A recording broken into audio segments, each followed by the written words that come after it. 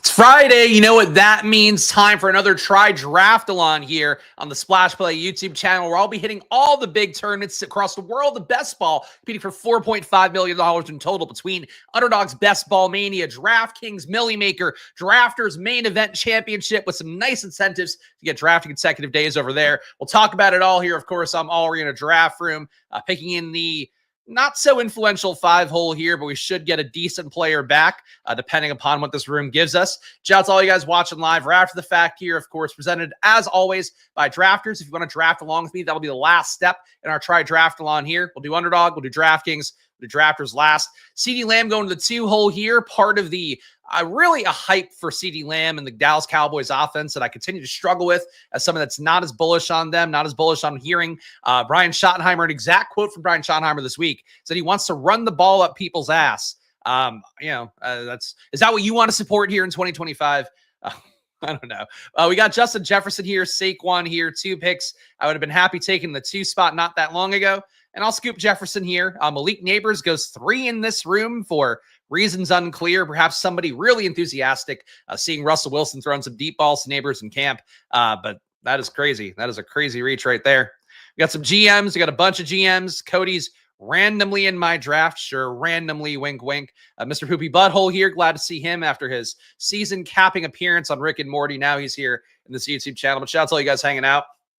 He's strapped in here. First day of August, 34 days until the season starts. I cashed my first NFL lineup of the year. Also, big thing too is that putting these videos out on the Splash Play Pod Twitter again.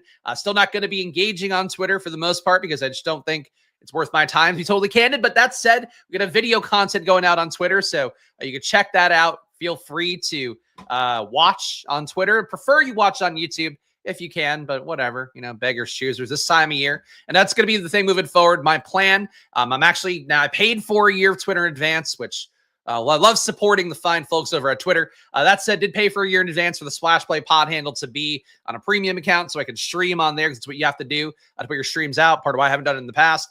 Just didn't want to really monetarily support Twitter, but now whatever. I'm still not going to give it free content besides the hour-long video content we do here. But videos coming out on Twitter. It's going to be going on as well through NFL DFS season, NBA stuff as well. I think it's going to be the goal to put that stuff out there. So stay tuned. Stay tuned. At Splash Play Pod on Twitter if you want to see all the content. And there will be a place too where when I do my NBA content again, that'll funnel through there as well. So you got NFL and NBA on that handle. All right. Round 2 coming up here. We got our Jefferson start at, pick 5, which I still feel fundamentally is unique enough. The fact that he did go for about half the draft cycle so far at the 2 spot, 3 spot. I think getting him at pick 5, it's worth absorbing that if you can. Bucky Irving goes a little bit early here, pick 18, so he will not be a beautiful boy we get here. Jonathan Taylor, Justin Jefferson starts in one I've had a lot in some of the slow drafts I've been doing lately in the puppy and the Chihuahua. I don't know what's going on. I got a lot of slow drafts going on, though, to wrap up my Underdog sidecar tournament drafting. But I still like getting Brock Bowers here. He was a guy at one point people were excited to take relatively at the turn. Now we're getting him here at pick 20 with Justin Jefferson. Elite tight end, certainly going to kill some draft capital. And actually, one thing I didn't reply to this week in the Splash Play Discord, but was kind of intrigued / concerned to see a little bit, depending on where this guy was taking him. One of our guys, Artillery Frost, posted all of his exposures through, I think, 100 drafts so far in BBM. And if you are drafting along with me here, this is draft number 106 for me. So I'm a little bit ahead of that pace. Wanted to have 50 left in August, and I failed because I like clicking buttons. That said, still have about 45 left, including this one, left in Best Ball Mania. So you'll see some of those on stream here down the home stretch. He posted his exposures, and he had Artillery Frost at 40% of Brock Bowers and Trey McBride combined, which is like a really big stand and kind of something I thought might happen more naturally for me as well as I went. But I have not gotten as much of those guys, have gotten a lot more of Trey McBride, and I do want to have, I think, some amount of Brock Bowers, I would say, if not exactly equal to Trey McBride relative to the prices, close enough to it. So I'm going to try to prioritize Brock Bowers more, and if he's going to go regularly 20 spot or later, kind of happy to do it. So Bowers here with Jefferson going to be my start. Seeing Justin Jefferson go at 8. Yeah, he will fall in some rooms for sure. And shout out all the guys joining here. Move to Blue Sky. I don't want to post on anything for free is sort of how I feel about it. What I realize though, it's not great for promotion, even if I don't want to deal with, people or whatever. So I got to promote a little bit. And the way I'm going to promote is just posting the content with no context on Twitter, basically. So we got a 0-1-1 build so far. Jefferson start, Brock Bowers start. Not really terribly stoked to click Josh Jacobs still. Marvin Harrison, kind of the same thing. Let's go elite QB. Not a lot of elite QB for me. I am still in the bag for Marshawn Lloyd, despite the injuries cropping up from, again, a groin injury. It's not that serious. Thankfully, he should be back soon. But obviously, another injury, not great to see for old Marshawn. That said, I'm not taking Jacobs enough. I should, just with that bet that I have on Marshawn Lloyd for, again, full disclosure here, I wear my process in public. Had a lot of Marshawn Lloyd last year. He was one of my highest exposed guys. Had him at just about 30% last year. This year, we're closer to a more responsible 20% overall. Still believe in him a good amount, and I just would want him to be healthy. So it's not, I think this is really, I have to be honest, and it's important to me. I point out flaws in other people's process, point out when there are dead teams. I'm doing the DraftKings drafts, and oh my God, the stochastic stream I did yesterday, just countless dead teams overall on DraftKings. The point being, I do this stuff for other people. I have a real brain block for Josh Jacobs, and I go through his numbers as well. He was a guy that had decent red zone work, which is one of my qualifiers that I think people overlook a little bit too much, because most of your touchdowns are coming inside the red zone in the run game, most of them coming inside the 10, even more so inside the 5. The closer you get for a guy like Josh Jacobs who gets that reliable work throughout that entire spectrum, it's good to see him get 3.5 red zone opportunities a game in the run game. 0.1 red zone targets a game is not quite as great, but still not bad either. To get something there at least. I should take more Josh Jacobs, and I don't. And it's something that I have a real brain freeze on doing. And it didn't change today. I took Josh Allen instead. So I took a Josh. So I guess that's progress. I could take Josh Engelman next, my oldest friend over at Stochastic. But I can't take Josh Jacobs. Struggling with it. Yo, great day to grab some JD5. Well, not for me. No Jayden Daniels here, but maybe in one of the other drafts, hopefully. George Pickens, LOL. People do love George Pickens. I don't know what the LOL is. Oh, did somebody take him early? Did I miss this? Oh, yeah, Pickens at 25. Jesus. Well, we got this guy taking Neighbors at pick 3, then stabilizing after that, I think, with Garrett Wilson and Trey McBride. This guy going Pickens at 25. I'm trying to talk to you guys. I'm not paying enough attention to the draft board right now, but those are choices. those are definitely choices. All right. What do we have coming up here? 2 picks before mine. Jalen Hurts goes. Jayden Daniels still on the board. This is fucked. Really would have loved to have gotten Jayden Daniels at pick 44 as opposed to Josh Allen at pick 29. Paying DraftKings prices for Josh Allen, which is a fucking dork joke to make. But you guys are all dorks. You're watching the best ball draft. So I can do it. Rashee Rice falling here. Don't think he's the guy we want to really dig out of our hole. James Cook at RB, I think, makes some game sense where the rushing touchdowns are flowing Josh Allen's way or they're flowing James Cook's way. I do have an issue. Double elite. I would never do it. I would never do it. If it came through or I didn't go through, I shifted it. I was willing to do it for Jack in particular here. Guy I like a lot in chat. But we did not get Jayden Daniels. We got James Cook. So my logic would be here, and I do hate still the QB, wide receiver, RB, tight end starts. Think you end up having not enough of everything. It's really the way these builds turn out a lot. We'll see if I could stick landing a little bit better here.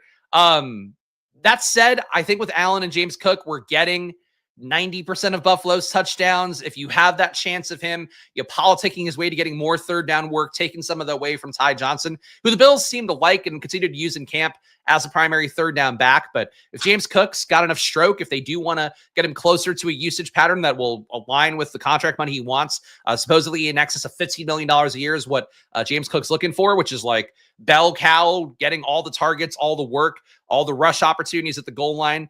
If James Cook somehow gets that outcome here, I think that would be good for this team. So obviously still going to take some Buffalo receivers with this, but I think an Allen Cook combo here. I mean, look, I take Hurts with Saquon sometimes. I take Lamar Jackson with Derrick Henry sometimes. So I'll take it with any of these elite QBs that have rushing upside. But I do think it's more pronounced here overall for James Cook and Josh Allen. And with DJ Moore, he was a guy I would have taken with that last pick. Going 10 spots after ADP here. So we didn't get the stupid double elite QB, which is not a build I want to do. But we did get DJ Moore at a huge value. So a team so far, not a value on Josh Allen, but he is our elite QB. RB, we have a hero RB build with James Cook. Justin Jefferson's got him at pick 5, so a little value there. DJ Moore, 10 spots after ADP. Why he'd be coming down right now when he's actually stabilizing a little bit more and I think getting a role that feels more defined with him clearly not losing to Luther Burden, some of the easy targets that are going to be there for him in this Ben Johnson offense. I like DJ Moore at pick 43, but I like him even more at pick 53. And we got Brock Bowers as well for our elite tight end. So not any real correlation at this point in terms of game stacking for week 17, but we still got our Buffalo stack with Allen and Cook. So I agree. It's a fun start. It just comes down to, do we get enough receivers back that feel like ADP values that make this make a little bit more sense? But if not, then the team will still be passable enough, hopefully. Shout out to all you guys watching live. Again, if you're watching on Twitter, shout out to our new Twitter viewers there. I'm going to be putting out the content, the daily, not daily streams. God, I don't do that anymore. I'm not working that hard, working smarter, not harder. I'll be putting the content out on Twitter, though, moving forward. So stay tuned on Twitter if you want to get more of the best ball drafts are coming up. In particular, I think the only guy in the biz right now in one stream tackling Underdog's Best Ball Mania, DraftKings Millionaire, Drafters, Best Ball main event. So that's where the $4.5 million comes from that. But it's really one thing that was important to me this year is to be able to do drafts across all the platforms and show what I think a healthy, expenditure of your bankroll is in the world of best ball. So that's what we're doing here on stream, as this is draft number 106 in BBM. About 30 something on Drafters, a little bit more than that on DraftKings. So we are marching along. We're on pace to get at least 50 in those tournaments and maxing out BBM for the sake of everybody who is in Justin Herzig's fantasy best ball. I can't let the people down who are paying I don't know what price tag I am, 8,500, I think was it.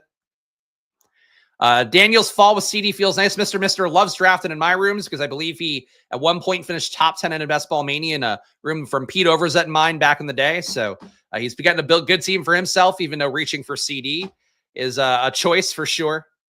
Joe Burrow is here. He does not make sense for us. Juwan Jennings has a calf injury right now.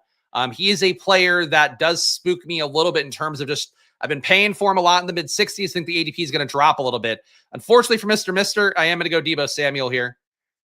I said what? Top 10, didn't I? So 7th for Mr. in a room that I streamed with Pete Overzet. But if this were DraftKings, I would say there's a decent shot we would get Juwan Jennings back. As it is right now, I don't think we will. But Deebo to me, unfortunately for Mr., a guy that I just value too much. Deebo in my ranks, I have him closer to 60. Overall, think he picks up a lot of touchdown equity from the situation right now. And look, I don't think McLaurin's getting traded, but if there is even a 10% chance of McLaurin getting traded, Deebo's too cheap as a guy that's going to immediately absorb a lot of those kind of bullshit easy button touchdowns that Terry McLaurin got last year that were not in his wheelhouse. Stuff like slants, in the 5-yard line, not really things you historically see Terry McLaurin get. It's part of why, too, I just don't think he's worth the money that he's trying to get paid this year as well, is that they gave him a lot of touchdowns that inflated his production artificially, when frankly, he blew a lot of touchdowns that should be more in his wheelhouse, like the deep throws, like stuff like that.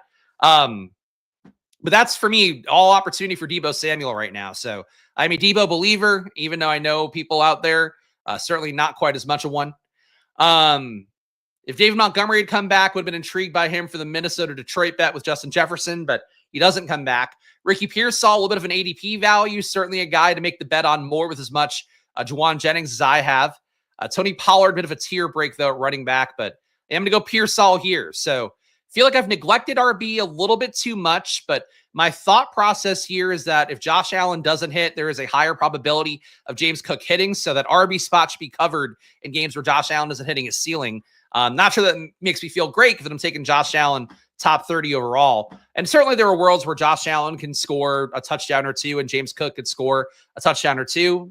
More so both these guys getting one rushing touchdown is, I think, possible enough. But I think, this bet, I could talk myself into it, even though it feels like kind of copium here for how this build's working out. But we got Josh Allen, James Cook at receiver, Justin Jefferson, DJ Moore, big value on him, Deebo Samuel at ADP, Ricky Pearsall, nice value, and Brock Bowers at pick 20 here, just a price that I feel is pretty strong for him. Kitty, what are you doing? Kitty's laying. Good girl, lay down. Kitty wanders the studio. My dog Kitty, who's now 6 months old, actually going to be 7 months old in a week or so. But she is too big to be sitting up here with me the entire time now. She also generates a ton of heat, which we don't like. But besides that, though, she's just wandering around. So I hope she doesn't knock down my little camera production light here, any of the equipment. It's a fucking stressful, but gambling stressful enough. Dog wandering around with a bunch of wires. I would say equally stressful. Shout out to all you guys hanging out. Shout out to Mr. Mister, who's getting a nice little draft for himself, though. Went going for Igbuka at 74. Mr. Mister going out of pocket with that. But appreciate all you guys who are here live. All you guys who watch after the fact as well. Do hit the like button. Do subscribe. Do follow on Twitter if you're watching on there. Of course, new drafts coming out. In particular, these TRIDRAFTALONs I'm doing Tuesdays and Fridays at 12 p.m. Eastern time. So you can tune into those if you want. Trying to rob the bank in best ball here using my combination of promo credits plus my own bankroll in best ball, rolling it forward some amount from last year. I picked up a tidy 5 figures. Could have been higher. Should have been higher in the big board, but you know. But I think 2025, I feel good about it. Still feel good about the drafts overall. Guys like Joe Mixon on the thumbnail. I'm absorbing a lot of injuries right now. So that's really been my draft ethos. If you followed any of the streams lately, guys like Joe Mixon, Darnell Mooney, Juwan Jennings, who we talked about, have to absorb them on the way down the board because I do think they are still good clicks. Jaylen Warren, also a guy I feel like is a pretty good click. I could go wide receiver 5, but I want to get some more RB talent in at this point. One of the biggest flaws to my draft process in recent years has been just not giving enough RB capital overall, especially last year where so much of the board being dominated by early RB drafters was not helpful for one of the last people on the boat of zero RB. And I still think, you probably should play more zero RB than I do this year. But a lot of my goal has been building teams that have more logical projection structure. I really don't take a ton of teams this year that go 4 receivers before grabbing that second RB. In particular, 4 receivers with a tight end and an elite QB before grabbing the second RB. So I will be probably trying to prioritize RB a little bit more in these next few rounds. Or at the very least, prioritize guys that I think are meaningful risers. Your Tank Bigsby's, I'm happy to buy the rise on. Guys like Trey Benson, happy to buy the dip on. That's sort of how I would view it with this team so far. Shout out Nickel here with the GM and draft in the winner today. I could only hope. We can only hope. But I can only assume I've already drafted the winner. I got 105 drafts done already before this one. This draft 106 for me in Best Ball Mania if you missed the beginning of the video. So I've got a lot of drafts in, so I would love the winner to already be in there. I think that'd be swell. But really, of course, winning the $4.5 million across all the platforms, that's the real goal. All right, 1241. Scadaboo getting some camp hype because of the fact he's mixing in with the first team more than people expected. He really fits the thesis, though, of what I've talked about in the past, where high EPA players in college tend to show out and practice a little bit more, earn trust a little bit more, and I think he's doing that for himself. Tyrone Tracy down a little bit further at this point. And Baker Mayfield fallen a little bit here, but doesn't correlate. I think we'll just take the Buffalo stack. I really would like to get another RB in because I feel like we have neglected RB. But Keon Coleman has put together some good training camp days. Apparently, though, much like has been his MO so far, really in the pros and college, had some bad days, had some good days. For how it looks right now with Keon Coleman, I'm comfortable taking him at the 100s. If he were one of those guys that started to rise to the 80s, I don't think it'd be really justified. And there were some rooms when he had in particular, one really good camp day where all the beat reporters were saying, hey, Keon Coleman was like the best player in camp today. That doesn't happen every day. It has happened a couple times, though, in camp. I think that's why you take Keon Coleman in the 100s, that he does represent a good amount of upside. As wide receiver 5, I hopefully have enough projection here to be able to withstand his downside. But stacked up with Josh Allen, pick 100, I'm okay with it. I just think any rise for him, to me, he shouldn't go ahead of a Darnell Mooney. He shouldn't go ahead of Chris Godwin, who went 86 in this room. But if he goes around Jayden Higgins, goes around Brandon Ayuk, who probably missing a month of time at the least, maybe up 8 weeks of time, depending on how his recovery goes from his knee stuff. I think Keon Coleman being in that range is a little bit more fair. Trey Harris played in the Hall of Fame game yesterday, even though he did absolutely nothing with it. Lambert Smith was a guy that people liked a lot more in camp so far. I don't think he's really a threat to unseat Trey Harris, who got pretty close to guaranteed money, not fully guaranteed, as a second-round pick. He's the guy who's going to be playing behind Quentin Johnston. He's the guy who's also a threat to take that job for Quentin Johnston, whether it is this year, or whether it's next year, if you're a dynasty person, or just somebody that wants to prepare to take Trey Harris if he disappoints this year and he has some more upside next year. But really, for how Trey Harris has played so far in camp, there hasn't been a ton of rave reviews for him. He was an elite target earner at Ole Miss, but Ole Miss's offense was a little video gamey, very vertical for him in particular. I'm not crazy about Trey Harris at this price point. But frankly, Jayden Harris or Jayden Higgins, excuse me. They're not related. Trey Harris and Jayden Higgins. So you guys were kind of similar to me in how I view them.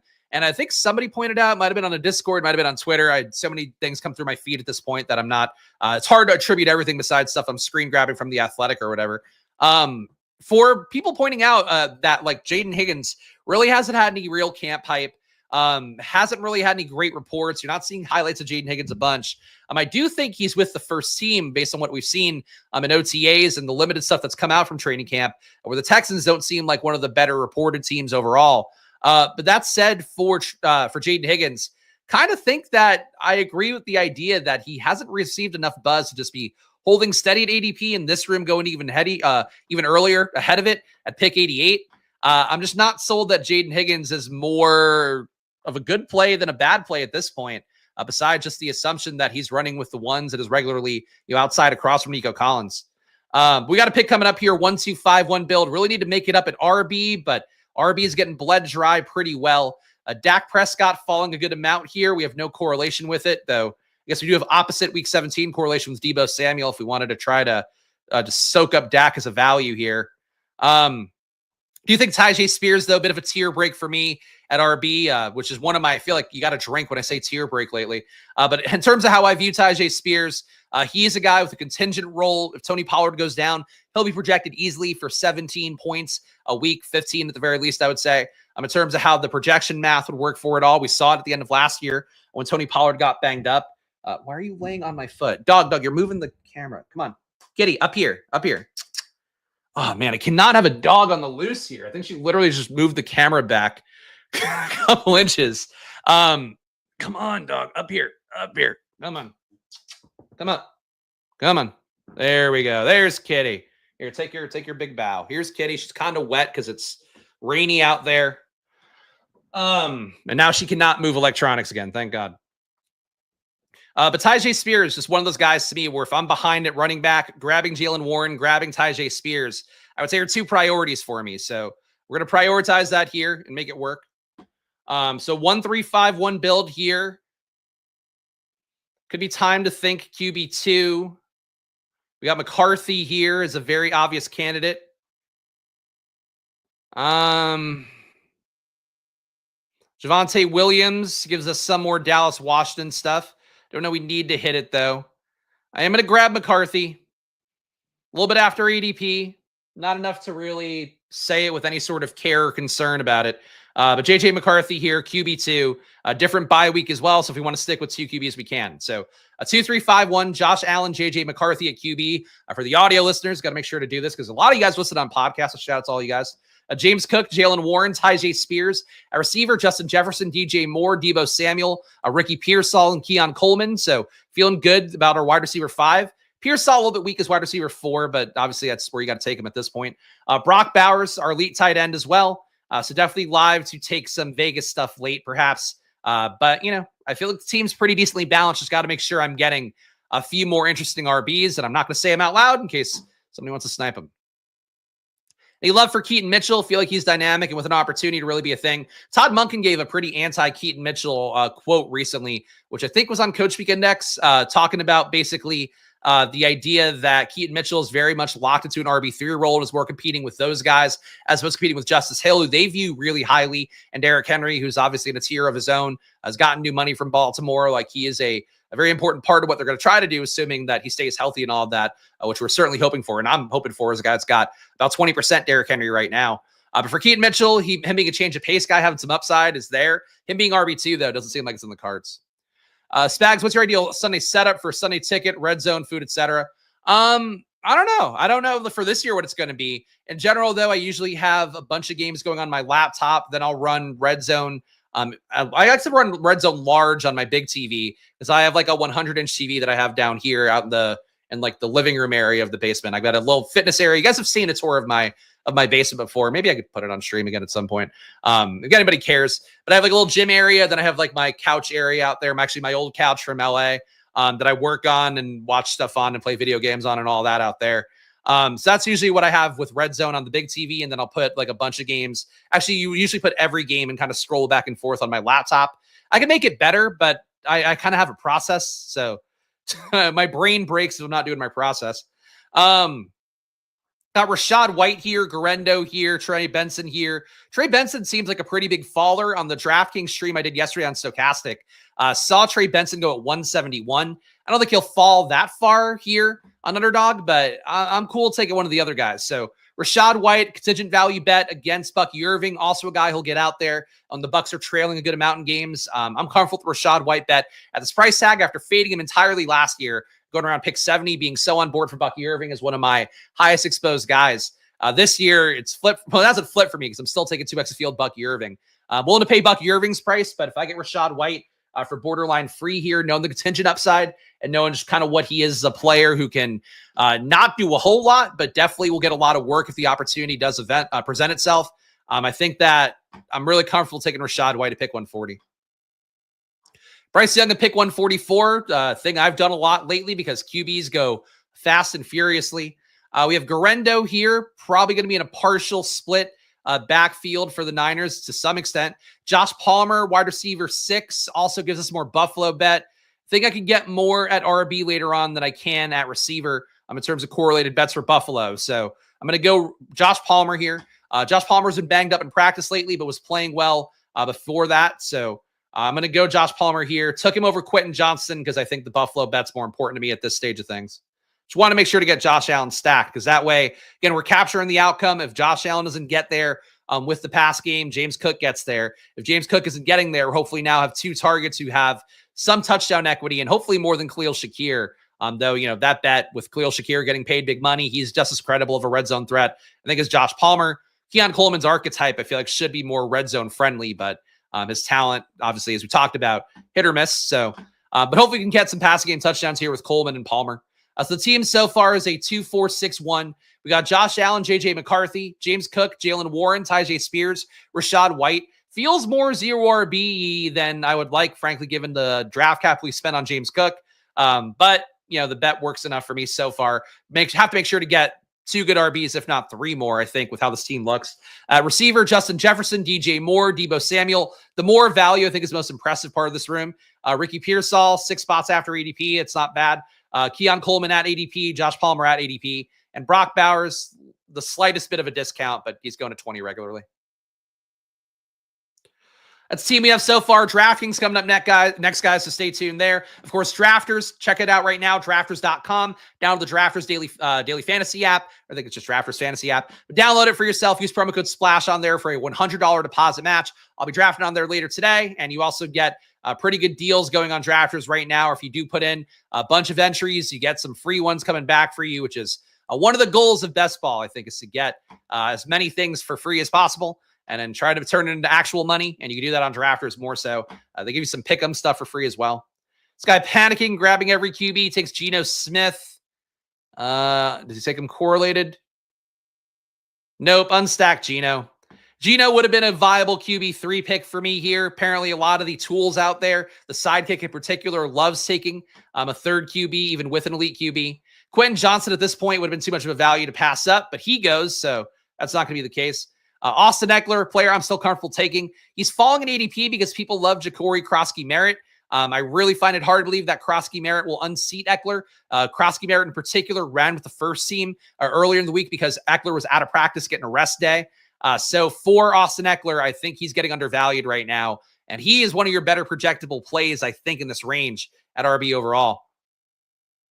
Doing early slate MLB? No, I am not. I will be doing MLB tomorrow, though, because Stochastic is having me do a fill-in stream because I think EMAC is out of town. Greg Ehrenberg's on vacation. So you'll be getting a Saturday stream for me on Stochastic for MLB. But I've not been playing much MLB this year, to be totally candid, because Best Ball is what I make money off in the summer. And MLB just takes too much time. But if I'm getting paid for it, I do it. So that's how it goes. Would have done Chubb over Eckler. Great for you. I think I don't feel that way even a little bit. So more power to you. I much would rather take Mixon where he's going right now in the 80s and the 90s. Chubb, I think people are holding the priors for him, and he was legitimately awful last year, showed a tremendous floor in terms of where he's been historically. If you want to make the bet on Mixon being hurt and Chubb is contingent value, I get that. Him scooping some touches away, I get that. I wanted Braylon Allen to come back real bad here. I think he is tremendously undervalued going to pick 170, given that beat reporters have said this week he's likely a 1B in that backfield. We've got Jerome Ford here. I think that's a decent bet. I will take him at pick 173. Really wanted Braylon Allen over him, but Ford at ADP here. Still a player I like, a guy who's carried me in previous best ball years, which unfortunately does give me some brain lock about wanting to do it again. But Jerome Ford here is my guy. I don't think Woody Marks is a play either. I would just take Mixon. Again, people always want the second bet, the third bet to hit. You're mostly better off taking this, the easy parlay, or easy part of the parlay that is now 30 spots cheaper than where half the tournament drafted him.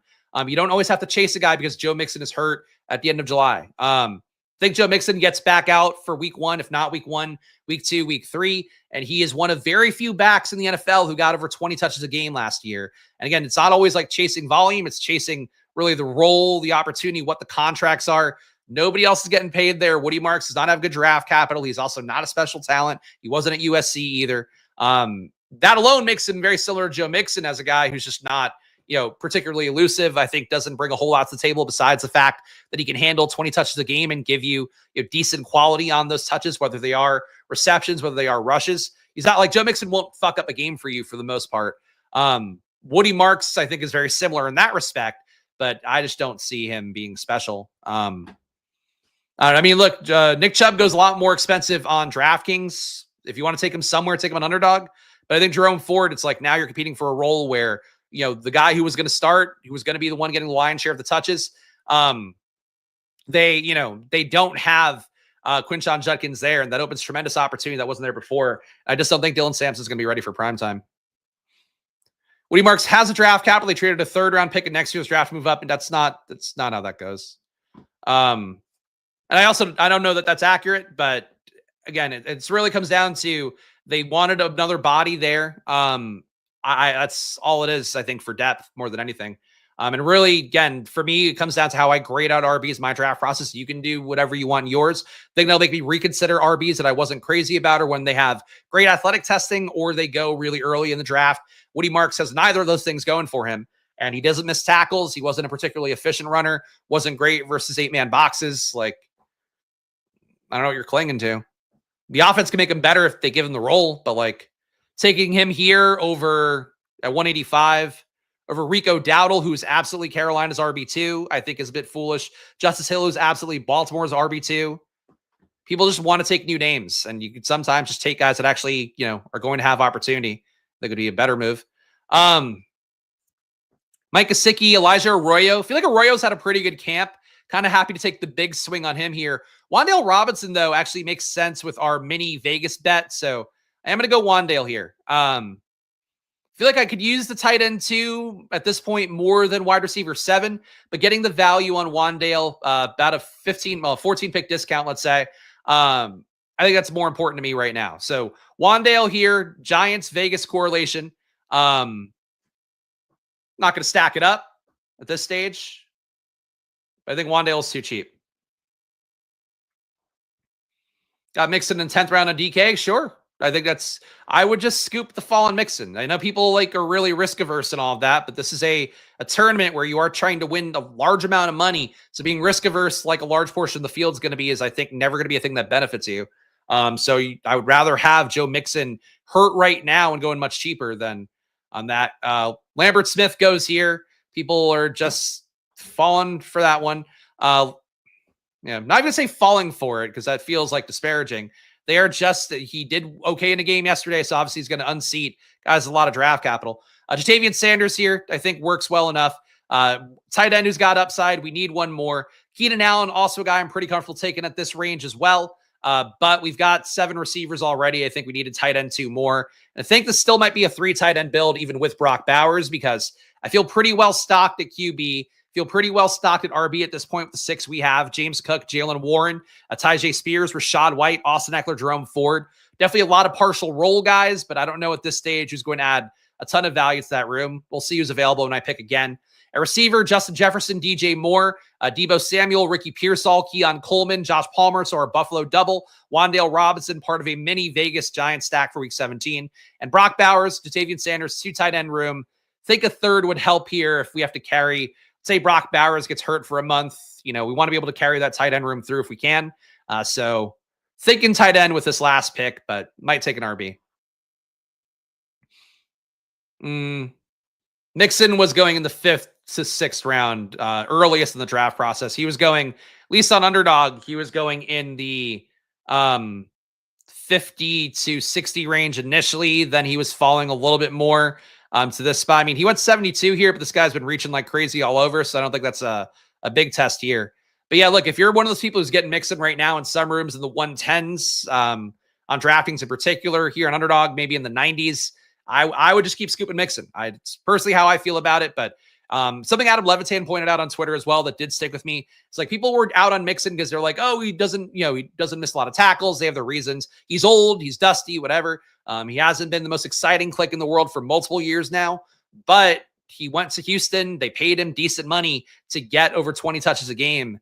I don't think that just goes away. It's not like they've changed the backfield around too much. They didn't take even one of the rookies with a ton of juice. They didn't take like, Travion Henderson or somebody like that who you can talk yourself into. This guy's got a totally different dynamic he's bringing to the table. Or even a guy who's like a better version of Mixon. Like if you told me Caleb Johnson's a better version of Mixon, I'd buy that.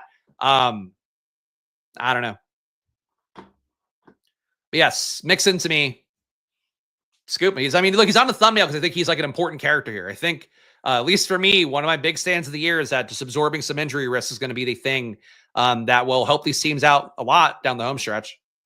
We have a 2-6-7-2 here. Again, I think third tight end, fairly appealing to me because we really don't have any great correlation plays leaping out. DJ Giddens would be a big stab at RB or a big swing at RB. Ja'Cory Krosky Merritt, I feel like we have the Eckler bet. We don't need to make another one there. I still like Darren Waller. Might be a bit of a fool. Yeah, all right. I would have swapped to Juwan Johnson there. I like Waller because I do think there's a world where we can scoop a lot of touchdowns. Miami worries me a lot as a team. It's not a bet I'm making a ton of right now just because I think they're going the wrong way. One tweet that popped up as well on my For You page was somebody, one of the beat reporters saying this was the first day that the Dolphins actually had the offense beat the defense in a practice. You could view that as a positive, I guess, if you're saying like, oh, the offense is improving and all that. Like that Miami defense is dog shit. If they're getting like dog walked by a kind of crappy defense every day in practice, I'm not crazy about Miami, but Waller is still a bet I think can maybe win out as the cheapest guy in that offense. So the final team here before we head over to DraftKings, the 2-6-7-3. We got Josh Allen, JJ McCarthy at RB, James Cook, Jalen Warren, Tyjae Spears, Rashad White, Austin Eckler, and Jerome Ford. At receiver, Justin Jefferson, DJ Moore, Deebo Samuel, Ricky Pearsall, Keon Coleman, Josh Palmer, part of that Buffalo bet. We did not get anything good back from Philadelphia, unfortunately, for Week 17 correlation there. Wan'Dale Robinson, Brock Bowers, Jatavian Sanders, Darren Waller. Maybe could have made a case to take an Isaac Tesla late for some Detroit bring back. Felt like Tesla was fairly impressive yesterday in that game, even though Keandre Lambert-Smith got drafted here and Tesla did not. But either way, we got what we got. On to DraftKings next. If I had to bet money, my draft stalker will be in this room because he has been in every DraftKings draft I've done in the last 3 weeks, which is not creepy at all. Either way, though, we're competing for another share of $2 million on DraftKings here in their Millie Maker. And hey, I cashed in the preseason game yesterday, so we're free rolling it, but not really. 10 spots left. Jesus Christ. I guess the draft stalker is going to help me fill this one faster, but join in here if you want to draft me on DraftKings. I'm not a paid sponsor of DraftKings of this channel, but I will point out if you put in an entry in their big tournament, you do get one for free. It's an important thing to keep in mind on DraftKings. So again, just the idea of grabbing expected value as much as you can everywhere you can in best ball is a good concept. So do that on DraftKings here. But shout out Mr. Mister here. Yes, good draft from you as well. Glad to see you as always. Our former top 10 BBM finisher, Mr. Mister. Well, you're also getting to be draft stalker status, Andrew, too. But I like you, so you get better. It's really all it takes is like if you have a membership like Andrew does, you can be in every room. I tip you off all the time. If you don't have a membership, though, it's just weird. It's creepy. It's like peering into somebody's window, but also like insisting upon being a part of their house at the same time. My action is not that beneficial to you. I can tell you that much. But let's see here. Our guy Robert Griffin III, the 3-hole. Love to see that. Hey, no draft stalker in this one. We got our guy M the Great in this spot. I am the KY in here. Our guy Chunk in this spot. Andrew, you're in this room, aren't you? I feel like you must be.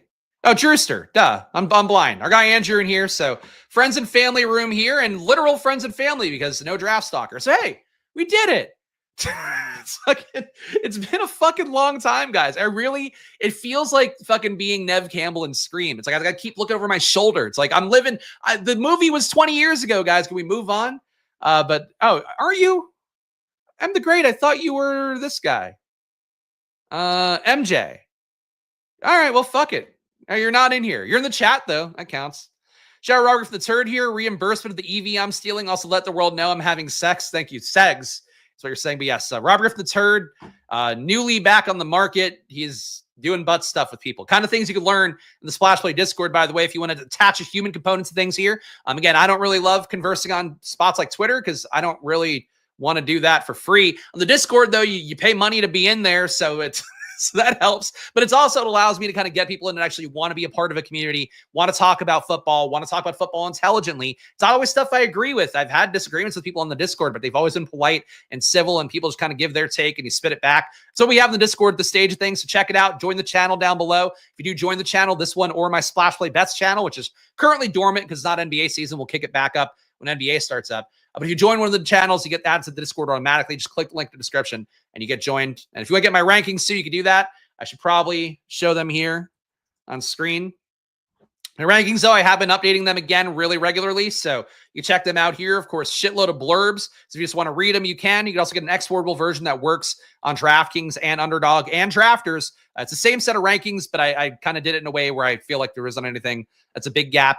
Guys are priced appropriately is the main thing here, but this is what you get with my rankings here. It's not a product I promote enough because, frankly, if people don't subscribe, they don't have to do it as much. But check it out if you want here as I wait forever to pick in the 12 hole once again.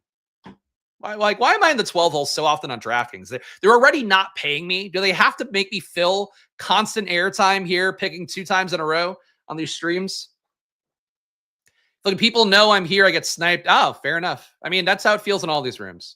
Like people in general, I don't know if people are sniping streams deliberately. I know they have in the past in rooms I've been in. One guy, one of the weirdest things I've ever come across in my time streaming was one guy making a stream at the same time as when Pete and I were streaming, and then they did a stream of trying to snipe us in a draft. That was one of the weirder ones. But, in general, I think people are just probably drafting selfishly more than they are deliberately sniping would be my guess. Even though we want to get mad at people for sniping, people are allowed to draft selfishly. Unfortunately, that's the world here in 2025. We got 2 picks coming up, though. See what we get back. Jeanty, a guy, I feel like I'm getting forced into taking more down the home stretch. Yesterday on stream on Stochastic, I did go Derrick Henry and Devon Achane together. I thought that was kind of a fun RB piggy build. Thought I stuck the landing about as well as one can. That said, getting our wide receiver capital of note here is appealing. I just really think in this spot, Henry and Achane are the best clicks. And that's just that. Want to get more Drake London, though. I really feel like I'm not getting Drake London enough in drafts, even though I think he's one of the best clicks overall right now. And then Jeanty versus Derrick Henry. I just think Derrick Henry is a much better play overall. Jeanty for a week 17 bet, I think pretty comparable. I'll just go with Jeanty, Drake London start here. Just mix it up for myself. As the team right now, Jeanty, Ashton Jeanty, that is. Drake London as well. Again, my favorite click out of that corner would be Derrick Henry and Achane. I also think I should grab more Brian Thomas. I'm just spooked enough by Travis Hunter at this point that I don't think like Brian Thomas is appropriately priced. I think he should be more in the Lad McConkey area, even though I think his talent's a lot bigger in terms of like Brian Thomas could score 15 touchdowns in a year. I wouldn't blink at it. Lad McConkey, I think, would have to have a really 99th percentile outcome to score 10 plus touchdowns, let alone 15. But for Brian Thomas, I have a hard time clicking him right now. I don't know that I should, but I do. Drake London's a guy that got 30% target per out run last year, has nobody threatening his workload. If anything, I think Michael Penix is only going to congeal more around him and kind of embrace him as the obvious target to go to over and over again. So I love Drake London, and I'm just not getting enough of them where I've been picking. Andrew here has the UNC start. You've got yourself McCaffrey and Derek. Wait, what? Oh, the UNC start. Like the UNC start, it would be like Omarion Hampton. And like you're taking Omarion Hampton, Drake May, Josh Downs, but that would not be picks taken this point of things. But that is an UNC start with McCaffrey and Derrick Henry. Frankly, again, if you're looking at projection, and especially for full point PPR, McCaffrey and Henry might be one of the more potent, like first, second round duos you get. Just 2 guys who own that backfield. McCaffrey, I've vocalized my concerns enough on stream, but if you're, I guess, watching for the first time again on Twitter, it's one of those things for me with with McCaffrey that stands out pretty meaningfully from last year, that he just got half the red zone work he'd previously get in other situations. And maybe that's the lingering Achilles stuff. Maybe it's the fact that the Niners were running pretty poorly. You still had Debo there, obviously, for most of that as well. So he always takes a little bit away from CMC's plate. But and how I view things overall, like I'm not as sold on McCaffrey as I am on Derrick Henry at his price. I think Derrick Henry's too cheap. If he goes at 17, 18, 19 in a room, I think you should probably absorb him right away. He was really good. I think people are like a little too afraid of the old backs. Like Saquon Barkley goes at pick 3 here in this room, but there's enough time, and especially the smaller dollar tournaments where I've seen Saquon Barkley go and pick 6, pick 7, and all the slow drafts I'm doing on Underdog. I think people are just bored of clicking Barkley, and they're afraid of the age. And it's like, he just had one of the best years ever. And it wasn't all him. It was like the fact that the team set him up really well, of having an offensive line that create more yards before contact, more than any team in football and more than any player in football benefited from. Maybe it gets a little bit worse this year, but that's that. Am I in a draft with no stalker? Again, I'm not. I come by this take honestly. Finally, a DraftKings dream without him. Yeah, it's been like he has been, and I think I've done 33. I want to say stream drafts, probably a little more than that. He's got to have been in like 25 of them. It's weird. It's weird. Definitely need more Henry. I think people just want to, people want to click the new stuff. And I get it. Like, I want to click new things too. But like, if you're talking about like a total season scoring, Derrick Henry versus Ashton Jeanty is like not a difficult argument, I think. Ashton Jeanty versus Derrick Henry, week 17, who's going to spike more? I think I get taking Jeanty more in that prism. And that's why I tried to do it today. And I did do it today. I tried and I achieved drafting Ashton Jeanty. I really was able to click that name. All right, so we've got Ashton Jeanty, Drake London on this team, waiting for this guy to pick. He's thinking about it. He goes JSN here. Mike Evans, a click that I'm comfortable making a good amount at this point. Getting Jayden more on DraftKings is something I would still like to do, though. And Mike Evans, not really a big discount either, so let's just grab a combo. I don't have a lot of this year. I think taking James Cook, the prop-up RB, would also be a credible pick, but I'm just going to go Jayden and McLaurin on the turn. No shot McLaurin makes it all the way back to me at this point. Obviously, people are concerned about McLaurin getting traded. The uncertainty spooks people in terms of drafting them at ADP on DraftKings. No chance that McLaurin would fall to 59, 60. So take McLaurin here with Jayden. Drake London as well, part of the team. And Ashton Jeanty going to have to carry some water at RB, which I think he can. I just think my concern point for Jeanty is that I'm paying this first round price tag, and I think I'm going to be lagging behind a lot of these early RBs, like Jeanty versus Bijan, or Bijan, that's how we're supposed to pronounce his name. Jeanty versus Barkley, Jeanty versus Gibbs, Jeanty potentially versus McCaffrey, Jeanty absolutely versus Henry and Achane. I just think it's going to be tough for him to start. So hopefully the rest of this team can score enough to make up for it. Like the move with getting McLaurin and Jayden, okay? McLaurin's getting a contract, but had a wet dream about him getting traded to the Jets. Honestly, he would be like the best version of a sacrificial X in that Jets offense. They don't need it because like they're a team that in year one, I think really would like to run the ball a lot and establish kind of a ground floor with the run game that will hopefully they could build off of if Justin Fields is going to be their QB that they keep paying long-term. But that would actually be one spot that would be a logical fit, I think, because you could move Garrett Wilson inside and keep running him out of the slot more. That'd be pretty good. Moving Garrett Wilson around the formation is what they've been doing anyway so far, it sounds like, on camp. I think Terry would go to the Patriots. He would actually make the most sense for the Patriots.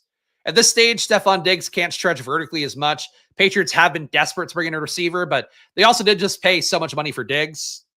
So I think they kind of, if I had to guess, they already spent the capital. They would go to a McLaurin or would have gone to a Godwin. But who knows? They've been desperate to get a star receiver. And I mean, Pittsburgh also, even though they got rid of Pickens, they were flirting around a lot with another star receiver. They are all in. They think they could win the Super Bowl this year, which I think is kind of nuts. The defense is going to be good, but I think it's going to be a real stretch for the Steelers to win a Super Bowl. But if they are all in on it, so maybe you get McLaurin for 1 year with Aaron Rodgers. What's McLaurin's belief on various conspiracy theories? That might tell you the answer more so. Guys, last leg of our TRIDRAFTALON coming up after we finish this one on DraftKings, so please do join me on Drafters next. Drafters.com, use the promo code SPLASH, links in the description as well on YouTube. But you go to Drafters.com, use that promo code, or download the Drafters app, use the promo code on there, and you get a $100 deposit match. I'll be drafting on Drafters main event championship today, which is $500K to first place, and I've had good finishes there while only drafting teams on stream in the last few years. I finished top 100 in that Drafters tournament a couple years ago. I finished top 10 in their playoff best ball tournament this past year, while only putting in 3 entries on stream. It's really one of my biggest, I feel like one of my biggest accomplishments in gambling. It's so hard to do that. Winning like 60K on 5 entries in NBA DFS was probably, I'd say mathematically, like probably a bigger win. But I was really like, I felt good about that result from doing just one stream on playoff best ball for drafters. But either way, drafters, your money go a little bit further. That is my thesis for there. So check it out. You guys know the deal. DeAndre Swift going 57 here. I like that click. Like I like Swift a good amount in the 60s. I'm still willing to take him. 70s, very willing to take him. A little bit rich at that price tag for Swift, given the fact it feels like Chicago is not coming together so far in camp. But, you know, Ben Johnson's browbeating him. They got to get to where he wants them to be. But it has not been a great start, I feel like, for Chicago's offense in camp, based on what it sounds like so far. Like Caleb Johnson literally has to learn how to take snaps from center, which is not a great thing. We got Travis Hunter here if we want to get more at receiver. I think we need an RB, but this RB pocket is just like not one I jive with too much. Debo's going to be one of the clicks for me. Let's get our Washington double here. So we have that. Again, something I really don't have a lot of on Underdog, so happy to get it where I can on DraftKings. Harvey, I just think is going to have a hard time getting ahead of Dobbins. Henderson does seem like he's locked into the traditionally valuable third down role for New England, where we've seen guys like James White thrive, guys like Dion Lewis thrive. Again, that's literally what Josh McDaniels is called. I'm not crazy about Henderson half-point PPR sites like Underdog. I think PPR sites like DraftKings and Drafters, I want to get a little more Henderson down the stretch. So we're going to go Jayden Daniels here. We already drafted him, but the team so far, Jayden Daniels, Ashton Jeanty, Travion Henderson. So 2 rookie RBs, but guys that are at least guaranteed roles on the depth chart right now. A receiver, Drake London, Terry McLaurin, Deebo Samuel. So Atlanta, we didn't get any Rams correlation of note back. Missed out on Kyron, missed out on Devontae. Obviously, Puka Nacua weren't options. But so not a Rams Atlanta stack day for me. We got Washington's double. That feels pretty good. Still team Jayden. My back on Anthony Richardson this year. So I think the practices, the fact that he's been more accurate in practice over the last couple of weeks is like a noteworthy thing, and I hope it holds up. My big concern for AR is that it seems like now he's going to start the year, and I think it's very easy to pull the plug on him if the team is like 6-5 somehow, and it's like Richardson has killed them in games, but they've won them somehow. They can make a move to Daniel Jones in the back half. Like my big problem with the Colts overall is that whoever starts is very likely to get benched at some point this year. And like, I think I'm excited to see Anthony Richardson hopefully develop more. I want to make the bet a little bit more down the stretch, but I haven't been impressed by what I've seen so far. Like I think fantasy wise, his first 4 weeks in the NFL were the best it's been. And even during that period, there were some things and metrics that I really do swear by. The stuff I look at from Sports Info Solutions, EPA wise per dropback, he wasn't great. EPA wise per pass, he wasn't great. Accuracy wise, he wasn't great. He's missing on target wise, not great. He was one of the worst QBs accuracy wise I've seen in my, at this point, like 7 years of looking at data, like really aggressively, some of which at a high level, you're running Football Outsiders and all that. I really feel strongly that he hasn't lived up to the hype I had in my brain for him. Doesn't mean he won't be good fantasy wise. So like, I do want to try to mix him in a little bit more, but he would still be, to me, he has to be a QB3 in a build. You have to have 2 guys who are projectable above him, because like, I think there's a chance you could end up with him not playing in week 17, and that would be not great. But obviously, you know, the odds are the highest for him to start week 17 between him and Daniel Jones. So like, that also makes Jones not a great click either to me, even though he is accurate, even though he's been also flashing in camp a little bit more. He was also had a like crazy accuracy run of like, I think it was 22 out of 27 passes in practice the other day. So it's like, AR's not doing anything that Daniel Jones hasn't done, but you know, if it's tie, it seems like everything's going to lead to them starting Richardson again. But if they bench him again, it's like you fuck up his confidence. So maybe he's more live to just start throughout it more than I give him credit for. But I think Steichen and to a lesser extent, Chris Ballard are kind of working for their jobs. And I just don't know you keep starting AR if he looks like absolute dog shit again. And then it probably gets everybody fired, because the Colts still seem to want to develop him and not get rid of him no matter what. The short of it is that I'm not taking enough right now, and I really don't have very much overall because I think there's too much risk to it. A lot easier things to project than the Colts starting job right now. Juwan Jennings goes 76 here. I would absorb that value if it presented itself to me. Unfortunately, it does not.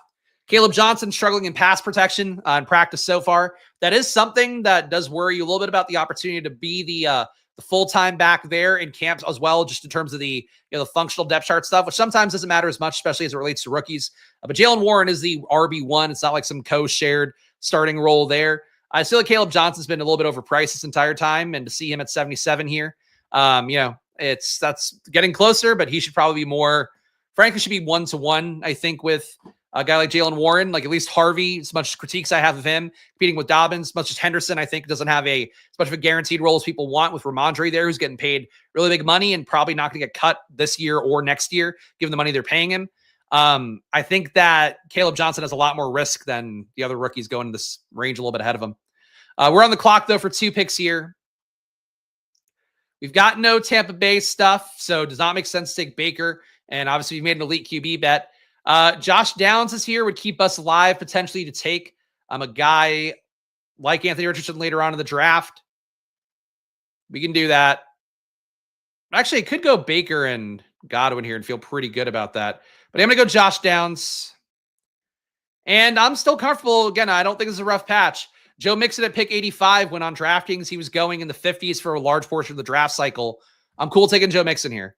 So Joe Mixon, RB3 for me, gives me a little bit more projection, though obviously if Mixon were to somehow land on the PUP list, I'd kind of be not helping out my rookie low projection at the beginning of the year bet with Jeanty and Henderson here. But it's a 1-3-4-1 build, pretty balanced build so far. We've got Jayden Daniels, Ashton Jeanty, Travion Henderson, a receiver, Drake London, who I want to get more of, and I'm happy to do it today.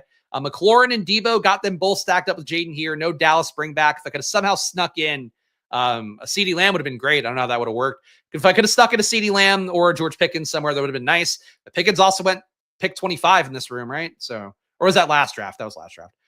So no excuse really, but I didn't get Pickens back. And then we have Josh Downs, Joe Mixon here. Again, happy to absorb the Joe Mixon injury. He's on the thumbnail because I think that is one thing you do for yourself if you are like me and willing to take an older, unspectacular player, but a guy who has had a dominant role for multiple teams and has played through injuries his entire career as well, and played through being an awful human being seemingly through his entire career as well. Joe Mixon's that guy. So could have tried to push Mixon to 108. I just don't think he would have come all the way back. Cam Scatterbo up to 91 in this room. Lofty. Like Scatterbo, though. Scatterbo getting some camp hype. Might be earning the third down pass-catching role for the Giants, which does have some value with Russell Wilson out there and not able to run as much as he could in the good old Russ days. And Scatterbo, as I've said enough times here, I don't think he should be priced this far ahead of Tyrone Tracy, though admittedly Tyrone Tracy hasn't had a ton of camp buzz either. Scatterbo is your best shot in terms of just how guys grade out for me. He looks the most like Bucky Irving out of anybody in this class. Like, he missed a lot of tackles, was good in the pass game, good versus an 8-man box. Athletic testing wasn't all the way there, wasn't good enough to want to clamor for him. But, you know, that's how I feel about it. Dak Sniper. So somebody, a sniper from you, Silent Scope. Yeah, you got CeeDee Lamb here. I mean, look, a lot of times you're going to get CeeDee Lamb and Dak. The good news, he may have saved you from yourself because it is one of the highest owned combos, according to that Fantasy VIP DraftKings data. So it's really just a DraftKings data, but I use the fantasy.vip site if you want to check out a way to look at your DraftKings exposure more. Could be a blessing. You know, you get yourself Brock Purdy, maybe. Follow your heart. You're going to pick Mixon at 87 unhappily. Yeah, I think that's the thing is Mixon, if he gets to the late 80s, he's more than appropriately valued if he's going to miss 1 week at a time. But you're absorbing some risk. Obviously, he could re-injure his foot again. It's been lingering for way more than you'd want.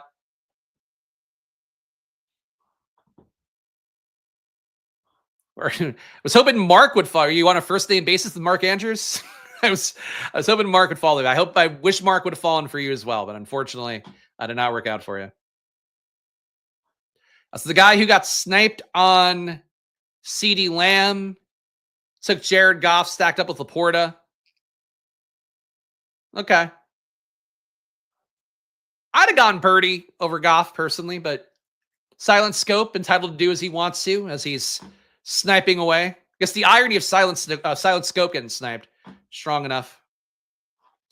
call him Mandrews. I mean, he's coming up, I guess, in rooms. He's being treated like a real Mandrews in that locker room. People now forgetting the fact that he dropped a pass once in the playoffs, and they've been penalizing him for it the entire offseason. But he is now getting drafted earlier because of Isaiah Likely being out for what? Probably not even PUP list, but I guess he's got a shot at being on the PUP list. He should fall, but I don't think Andrew should come up that much for it. We got a 1-3-4-0 build here. Getting the 5th receiver would be nice. Actually, we're going to do that here. Rashad Bateman, guy that I view as a bit of a tier break overall at receiver. So I'm going to go with him. We have elite QB.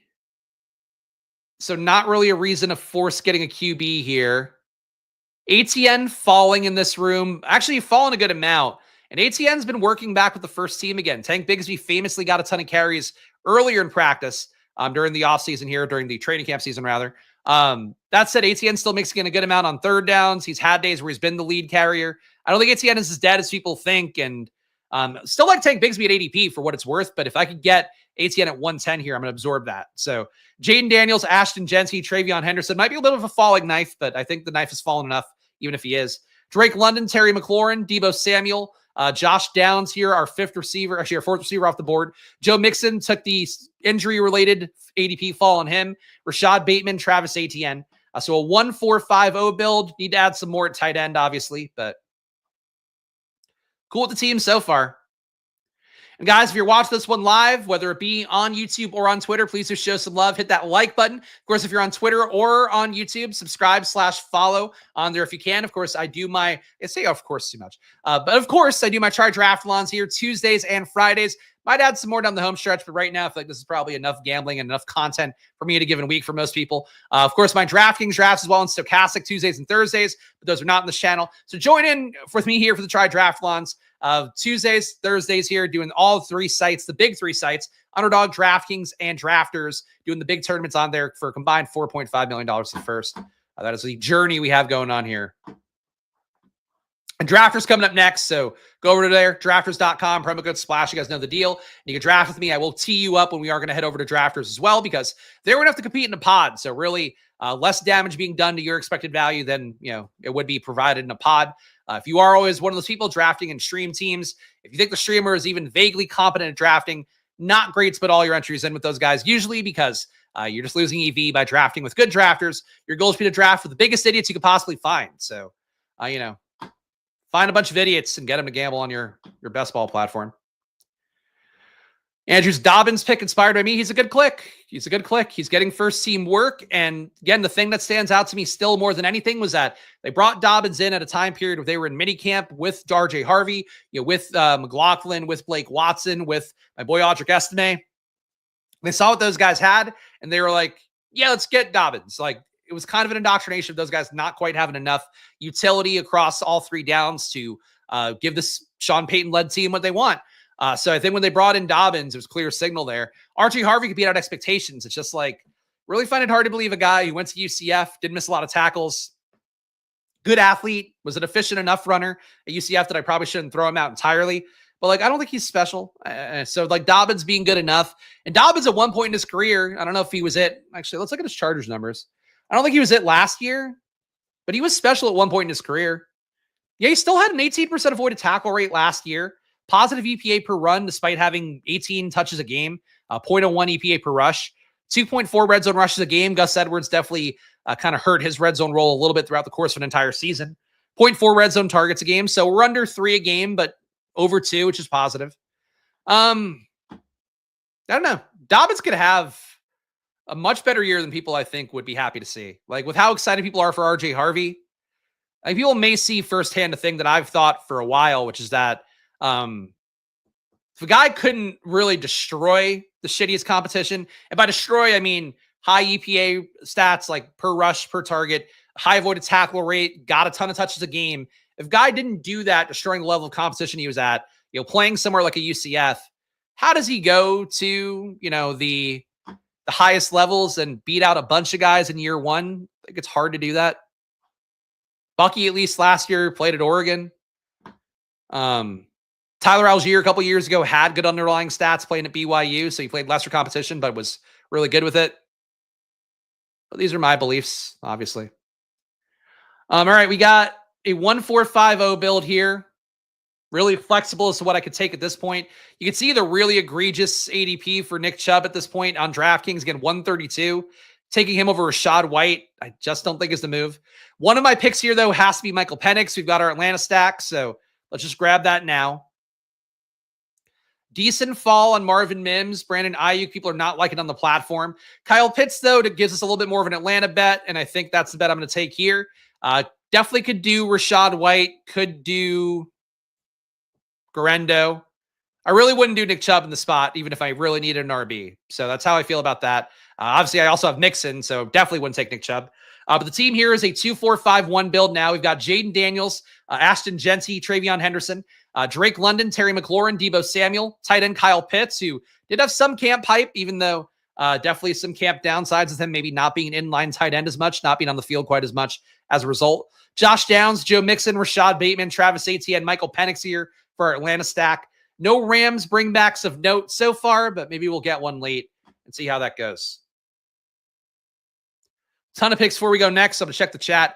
That's why you watch me and draft elsewhere. I mean, look, I'm happy to have you guys in rooms, and I do think if you want to be in rooms occasionally, like, and I do tip people off in the Discord, being in rooms occasionally with the stream is not bad, because sometimes you'll end up, a bunch of people are in the room, and you end up kind of getting more natural stacks, because sharp stream rooms tend to let a lot of stuff happen. But if you get, some of the rooms and you're in them all the time, you're hurting, and you're a good drafter even, you're probably hurting your EV, probably hurting my EV. That's just the nature of things. If you draft with like good drafters all the time, you're not going to have as good of a team as if you draft with like shitty drafters. You'll have a more random team drafting with shitty drafters as well. But that's that. Got 0% Chubb. If he gets me, he gets me. I think that's a good attitude to have with him. And again, I don't mind Chubb. Like when he was going for free and he's like a purely contingent bet for Joe Mixon, that's fine.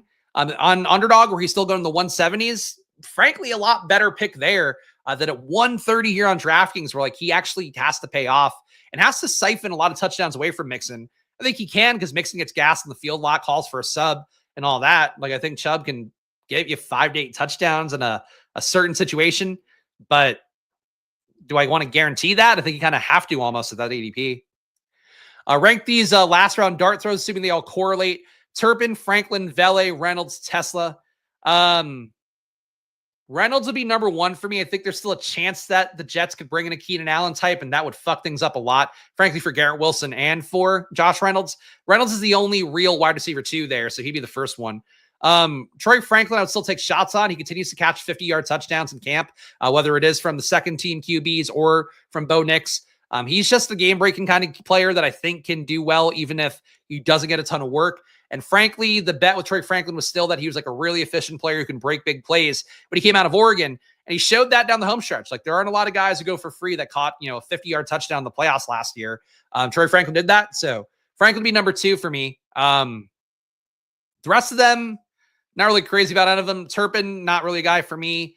Tesla, if you have the stack, a little bit better. Vele, I think, is really the most at risk to lose role entirely, where they could get Mims out there more. Pat Bryant is a better version of Vele, I think, in terms of how they're going to develop him. So Vele would be the last one, I think, for me. Interesting. Josh Allen team took 3 QBs early. Not the move. Not the move. What did he do? Josh Allen. Oh, I'm the KY, so he's one of our guys. He took Bo Nix, took McCarthy. He's got them all stacked. Really lacking wide receiver firepower, perhaps, but got to get that 5th guy in. But he got a good 4. Honestly, I am the KY. Interesting team. I am the KY. I think is a good enough drafter usually. But I think you relatively might stick the landing. He's got balanced draft capital, if nothing else. Kincaid at 127 feels a little bit, maybe could have gotten a better player here. But I don't know who it would be. So fair enough. Anyway, Hollywood Brown on the board. Zach Ertz has to be one of these picks as well. Stacking up both of our tight ends with QB feels like a natural thing to do. So Zach Ertz, come on down. 2452. Do you think we want an RB in this spot? I remain in the bag for Trey Benson, obviously. But Tyler Algier, another player that gives us direct contingent value. He'll get on the field as well in certain game scripts where Bijan Robinson isn't needed to like mask whether it's going to be a pass or a run. So I'm going to go Algier. So a 2-5-5-2 build for me. I'll give this team a read. We got Jayden Daniels, double stack, well, I guess triple stack now with Ertz, and him and McLaurin and Debo. We got Ashton Jeanty, Travion Henderson, a little bit underprojected with the rookie RBs. It's really my big concern point right now. So he might go 7 RBs, maybe even 8 on this build. Drake London, Terry McLaurin, Debo Samuel, Kyle Pitts, part of our Atlanta double with Drake London, Josh Downs, Joe Mixon, nice value on him as an RB3. I think that looks a little bit better. Rashad Bateman, Travis Etienne, got him as a nice value. Michael Penix, Zach Ertz, Tyler Algier. The RB room's a little bit better than I had in my head. They're getting the value on Etienne. I think Etienne does run some like downside risk as well. I like this team. This is what I'm here for. Good enough is the nicest thing you said. I'm blushing. And honestly, because like really, this is one of those teams that I Am the KY is building where it is a little bit of a misalignment of draft capital in terms of how I would view it. But he got value on Sutton, got Olave, who is one of those guys that could spike meaningfully and outperform a good amount. His QBs are all stacked up with, receivers, at least, Josh Allen is stacked up with some of the lesser Buffalo guys. But in terms of having McCarthy stacked up with Jefferson, Nick stacked up with Sutton, if they're going to hit a ceiling that could give them enough points to outbeat, to outscore Josh Allen in a week, I think that's got sound logic to it. And then the RBs like Rashad White, Eckler, 2 guys of contingent value, guys that I think are a little bit underpriced for what they represent for their teams. I really think that's a nice team that you built, KY. So good job by you. You build some dumb shit team. Got to now give you the flip side. You build some dumb shit teams as well. But that's a nice team. That's a unique and well-balanced team. Yeah, anyway, Xavier Leggett falling precipitously here. Goes to pick 168. A little too cheap for Leggett, I would think.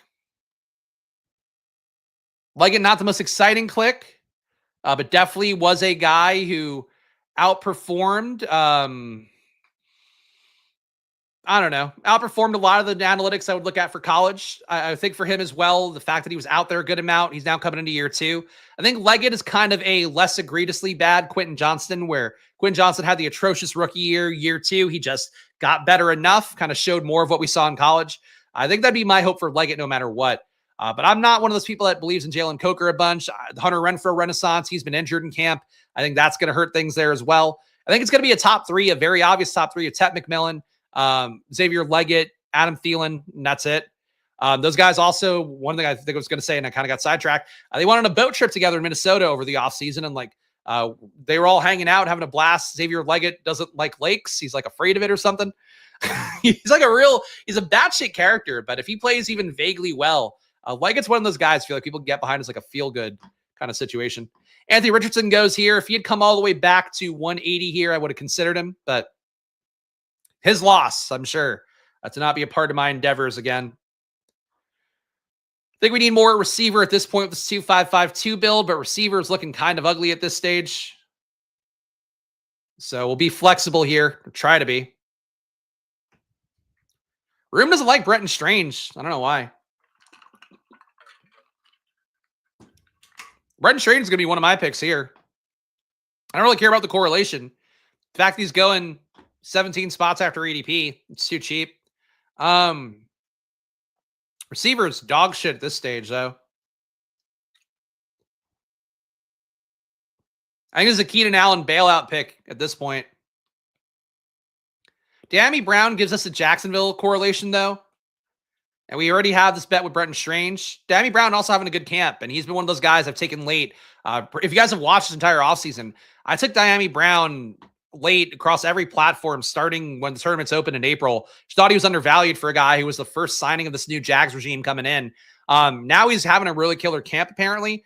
And we also did make the Brian Thomas bet. So I think a bet for Dammy Brown is a little bit of an anti-Brian Thomas bet. So something to justify taking him here. So a 2-5-6-3 build.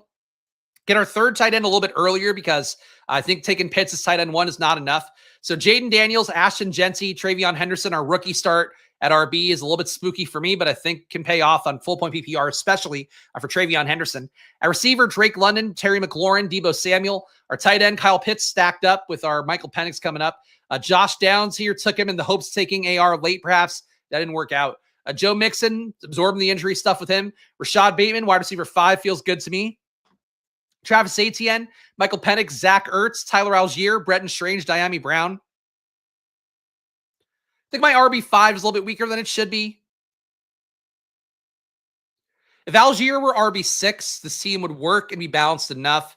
I don't know where I would have deviated, though, to get that. So I'm happy with the team, though. I think this team works.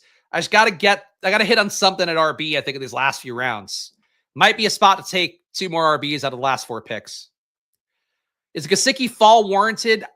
Yes, just because you're adding another tight end there. No, because of the fact they're going to probably play different roles. Noah Fant's probably going to be more of that historical Mitchell Wilcox role, that Drew Sample role, the guy who is in the mix there, blocking a good amount on the field, but not necessarily getting targeted a bunch. The role that Gesicki's playing is more of just a natural slot. So he's not really playing any inline tight end at all. And I imagine actually it's going to mean these guys play together a good amount on the field. So I guess having another competent pass catcher in there as opposed to with those kind of also ran tight ends that the Bengals have had, that alone makes Gesicki, like projection-wise, you would knock him down a little. But Fant himself is not a great click. He's definitely draftable. He should be behind Gesicki, I think, by a round or 2. Robert Griffin III to recommend KY get 4 Bills pieces. Sean McDermott encouraged to work in groups of 4. I don't know. This is a reference. It's got to be a 9/11 reference somewhere. I don't know. What was that? The terrorists? Were they working groups of 4? So I know you made a good joke in there, our guy RGT, but I don't know what it was. That one was beyond me, unfortunately. Clicks I would make in this range here as we're coming through round 17. Miles Sanders is your RB2 right now in Dallas. Frankly, it's probably the RB1B. The only reason that Jayden Blue has been getting more first-team work is because Miles Sanders got hurt, but he's not seriously hurt. So Sanders, I think, is still a guy you could take, even though I know people don't want to make that click. Brashard Smith is your RB4 right now in Kansas City, safely behind Eli Mitchell. Mitchell is also safely behind right now, the duo of Pacheco and Kareem Hunt. Brashard Smith is one of those guys I haven't ever really agreed with the rise. I'm still not there. Woody Marks, we talked about earlier. Just don't think he's very talented, but if you want to take him, you could. I think he and Brashard Smith, though, similar bets on how I view him. Slayton, still very much in the hunt to be a viable outside receiver who spikes occasionally. I think he should get drafted. Darren Waller, still draftable to me, though he's not returned from the PUP list yet. Marshawn Lloyd, still draftable. Tight ends going to be draftable here. Juwan Johnson. Krosky Merritt, think he is a flavor of the month. Think he is a Commander's equivalent of a Deneric Prince last year. Just don't think he gets on the field enough, barring injury. People get too stoked for contingent plays to contingent plays, and he is contingent play to Austin Eckler right now. Bengals also a huge throwing team, so it shouldn't be too bad. Yeah, for Gesicki, it'll be fine. For Noah Fant, I don't know if he has like real upside, but yeah, he's got some. All right, Slayton's here. I would have taken Keenan Allen over him, but we didn't get that option. So Darius Slayton, 1 pick. And Marshawn Lloyd, even though the world is now out on him, I think he is a player that I'm happy to take. I didn't take Eckler, though, so I could take a shot at Krosky Merritt instead. I'll take a rare Krosky Merritt shot on the assumption I'm going to take at least 1 more RB. So I'll go Krosky Merritt. If I had taken Eckler here, I wouldn't take Krosky Merritt. But I didn't do that. So we're going Bill, I think is actually, his name is Jacory, but apparently he goes by Bill Krosky Merritt, which makes him sound like an old white man with a racist mustache. So I feel about his name if he's Bill Krosky Merritt, but that's what he wants to go by. So B Krosky Merritt, J Krosky Merritt, he's going to be our pick. The team so far through round 18 is going to be Jayden Daniels, Ashton Jeanty, Travion Henderson. So I've said it enough times here. The rookie lack of projection spooks me a little bit on the team, given the fact that I do want to prioritize RB projection more this year. But obviously 2 upside guys, and I think in particular PPR for Henderson makes him look better. Drake London, Terry McLaurin, Debo Samuel, tight end Kyle Pitts, part of an Atlanta stack.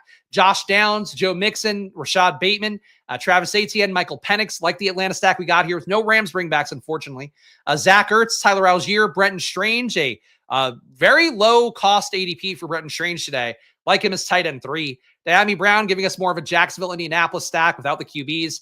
Darius Slayton gives us some Vegas Giants correlation. And Krosky Merritt, part of this Washington bet. And not a part I'm going to make very often, but he works. Apparently I've got a slow draft I'm up on. Let's see what this team is. We'll hit drafters next. Another Jayden team. Jayden, Achan, Mixon. I probably got Mixon at regular ADP. Nico Collins, Terry McLaurin, Debo, Khalil Shakir, Brian Robinson, Jaden Higgins, Tyrone Tracy, Shroud, Kirk. So nice little Houston stack with Jayden. Ray Davis, Tank Bigsby. All right. We need tight ends on this team. Ooh, though. Achan. I like having Braylon Allen still available here. I'm going to go Braylon Allen. Shouldn't be available at pick 180. So we're going to do that. Anyway, back to the actual draft I'm on. Whoa, which one is it? 15 million. Here we go. Okay. Sorry, guys. I shouldn't be forcing you to watch me do slow drafts, but I got some slow drafts on DraftKings, got some on Underdog, and the only way I stay ahead of them is by doing the picks whenever they come up and I get a notification. That's been my hell, my heaven, whatever you want to call it. Slayton Good and weekly winners, I hope. Hoping for a few spike weeks. I mean, it's the same in any format, but sure. Probably wouldn't put him in an eliminator. Though honestly, for 17th, 18th round pick, maybe it would work in the cash game kind of format that the eliminator has. Next stage, guys, coming up is going to be drafters. I'm actually going to check the room right now. Might enter it. So I'll give you guys a heads up. But play on drafters. Use the promo code SPLASH at drafters.com. Of course, site here, much like DraftKings, 20 rounds, full point PPR. The difference is that there are no pods. It's just a total points format. So do play on there. And it looks like we have 10 spots available in this draft. So come draft with me on drafters here today. Let me pull this down. There we go. We'll finish up with our last two picks on DraftKings, and hopefully that drafters room will fill fairly fast. Drafters is a good promo going as well, where if you do 10 days in a row of drafts, you get a free entry. So take advantage of their consecutive draft days deals that they have going right now on drafters. I'll show you guys more details in a moment here. All right, pick coming up here. All right, two picks. Was hoping that maybe Marshawn Lloyd would come all the way back. He did not. So that's a bit of a downer here. Blake Corum gives us a Rams bet. I think he's still pretty much exactly as live as Jarquez Hunter to be useful in week 17. But I'm actually going to go Higbee as tight end 4 here. Think we can absorb a tight end 4 and feel okay about that. And that could be the Rams correlation. Waller as tight end 4 would work for me. Noah Gray would also work. That's about it, though.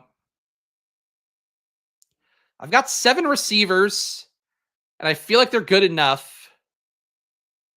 And these guys here do nothing to make that better, really. So let's go Darren Waller. Tight end 4, Darren Waller. Final team at 2-6. Actually, no, tight end 5. Sorry. Forgot that I just took Higbee. 5 tight end room, but I don't know what would make the team better at RB and wide receiver. And I really think just take your weakest spots late if you are in a 20-round draft. If I feel cool about my receiver room, feel cool about my RB room, I'm just going to take some extra tight ends. So the tight end is hard to win.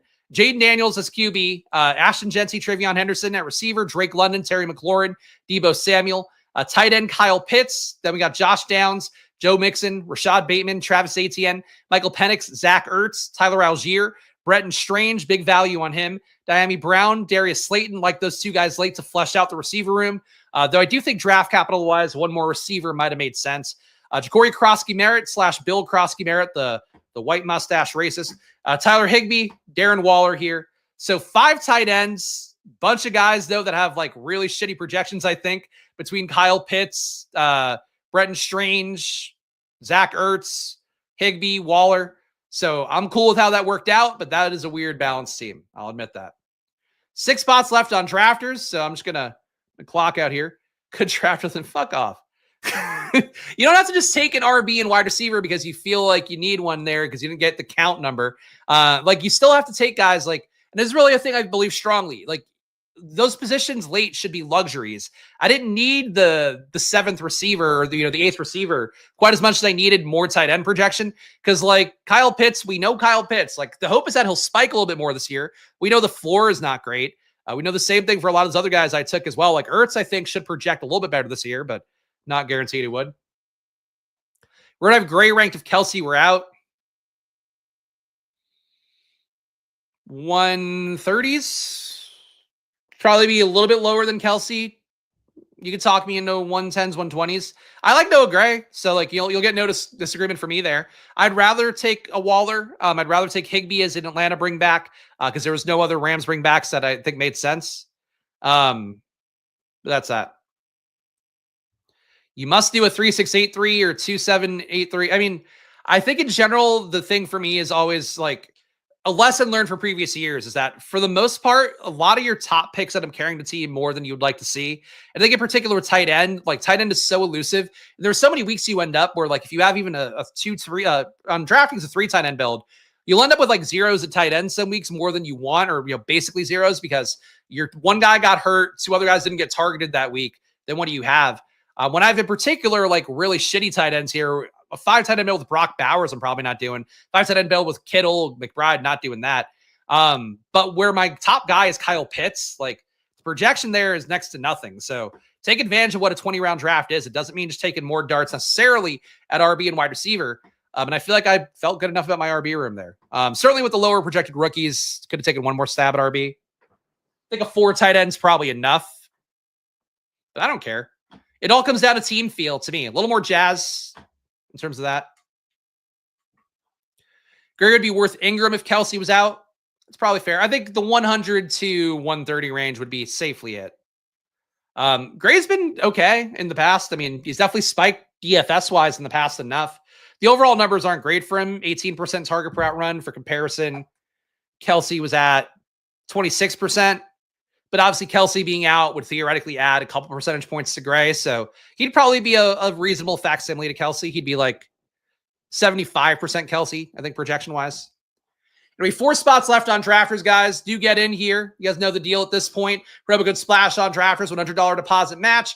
And of course, on Drafters, the big thing here is that we're competing in not competing in pods, rather, competing just in total points format. So if you're a skilled drafter, it will carry you a bit further here on Drafters, but also if you're drafting with me on stream here, we're not killing each other's teams quite as much. Obviously, if you want players that I want, that's going to be the same issue we'd have normally, but you don't have to then get your ass kicked by that team in the same situation, whether it's my team or somebody else here on stream. So keep that in mind. Draft on Drafters here, and please fill this room so we can get going. The final leg of our TRIDRAFTALON.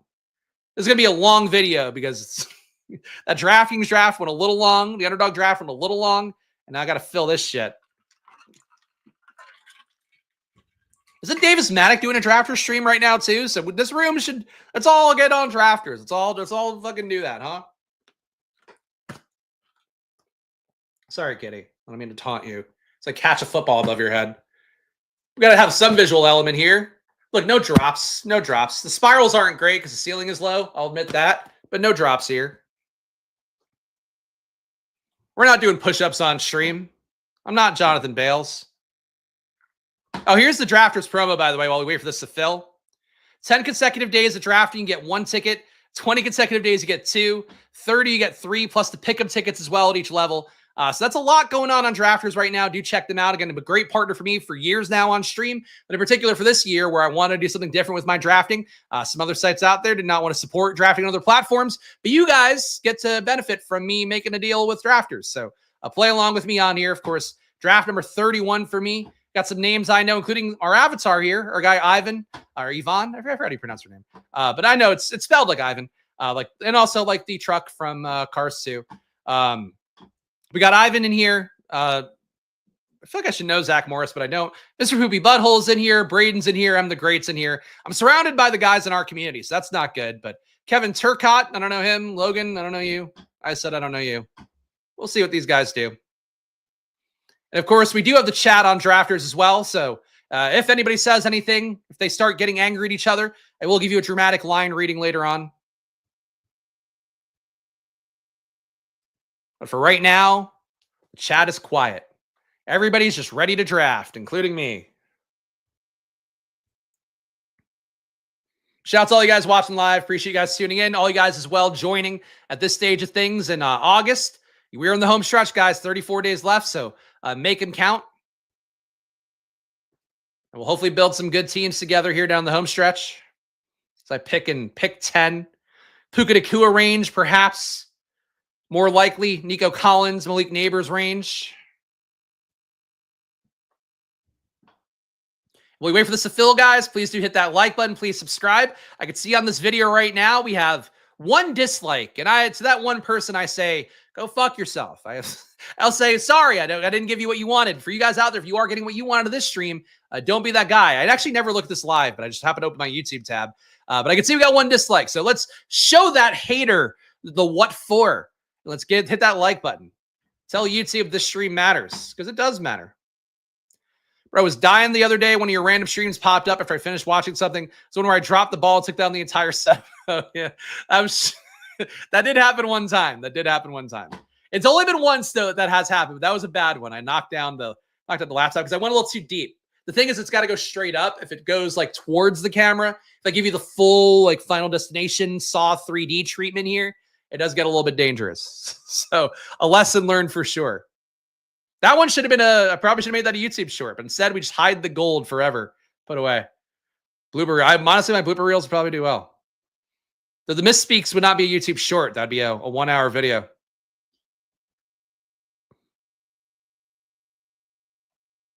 No, yeah, it's probably soccer. I mean, look, I'm glad, appreciate him. Hopefully he's moved on. He's probably watching Davis's stream and drafting on his drafters promo code. All right. I don't know, Demon here. Taking Saquon Barkley at pick 6. Just doesn't feel right on drafters that you get Saquon at pick 6. Again, I know we got the risks. I know he's old. I know, we got so many touches last year. The guy fucking lit the league on fire, and his teams created an environment for him to do that fairly easily. He goes at pick 6 on the total points format site. I don't know that I think that makes sense. Puka goes, Nico goes. I'm going to get stuck with Christian McCaffrey. I'm not going to take him out of spite. Fucking knew it. Braden takes Neighbors. I mean, look, Amon-Ra, still a PPR threat. We know that for him. Does feel like all the hype this offseason kind of portends the situation moving more towards Jameson Williams. You know what? I pass up McCaffrey, I feel like, a lot in this spot. I'm just taking McCaffrey here at pick 10. It's boring. Does not excite me here. I am not the guys on Twitter who are like so fucking stoked the idea of Christian McCaffrey catching a pass in training camp. It's like, whoa, like he's back, baby. We're back in the days of yore. I look forward. I'm not looking for nostalgia acts here. Pro wrestling, sure, give me that stuff. But you know, I feel like all the guys on Twitter just want McCaffrey to play the hits again. It's more likely that he's on the downswing of things. That said, we'll take him in this room. All right, HN goes. I think a McCaffrey HN start would have been fun. I do still like Drake London. Took him last draft. A McCaffrey Derrick Henry start does feel like something. But I am going to go Drake London. I think McCaffrey Henry starts totally acceptable to me. Just playing into people's age biases a little bit. But again, people seem so excited for McCaffrey, and it's like, let's bring that energy for Derrick Henry, who was actually really good last year, as opposed to McCaffrey, who was literally a shell of himself in every analytic. I mean, McCaffrey, like, okay, this is I know the answer to this offhand. You guys may not. Who do you think avoided more tackles last year? Christian McCaffrey or Derrick Henry? And again, knowing what we know about these guys historically, McCaffrey, your shifty east-west runner, all that stuff. How many avoided tackles do you think he had? And it's not terrible for McCaffrey. He had 14% last year. How much did Derrick Henry have? Our old guy who's all washed up and everybody's afraid to draft him right now. Derrick Henry, 20% avoided tackle rate for that big fucking monster. That mountain of a man, 20% avoided tackle rate. He had to play the best football of his career last year. But we want to get hyped over McCaffrey catching a pass in training camp. We don't want to respect Derrick Henry for what he did. Silly. Barkley's been dropping a bunch, scooping up those shares, as you should. Dislikers just acknowledging how he has his thumb go in his butt. Yeah, look, whatever makes him happy. It buzz me out because, like, when you're a smaller channel, you can put up easy 100% liked videos. I think any channel with any sort of size at all, not that this is one of the biggest channels, but like any sort of growth you have, you're going to get dislikes on videos, and it's just fucking, it's tough, man, because this is a 100% video in my opinion. I've given good takes. We talked about all the injured players. I've given you my game theory. You can do whatever the fuck you want with it. You can disagree with it, but we shouldn't dislike for that. The real thing is, if you don't want to see a video on YouTube, don't dislike it, because that will still feed it to people. Just take it out of your feed. I hide videos all the time that I don't want to see. There's nothing wrong with that. If you're tired of me, I'd be sad to lose you. But if you don't like a video, just hide it in your feed on YouTube and then you don't see it again. It's pretty clean how that works.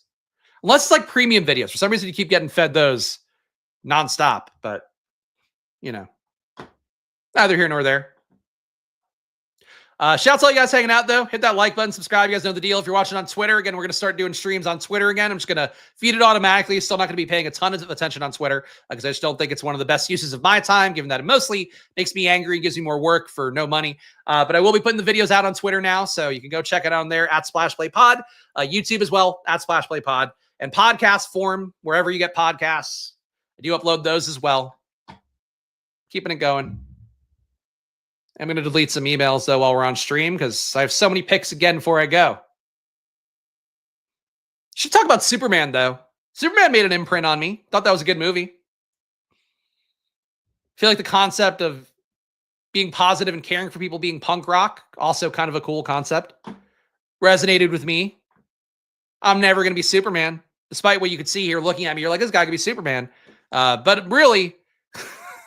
never gonna be Superman in terms of being kind to everybody. I just think some people don't necessarily deserve it, but I do think it's a nice concept. If Luca were old enough, would love to show him that. So full recommendation, go watch Superman, show your kid it. If they're smart enough to pick up on it. Do you think the fantasy streamers are going to be affected by YouTube monetization changes? You mean the fact you could curse in the first 7 seconds? Nobody does that. But besides me, I don't think anybody really does that.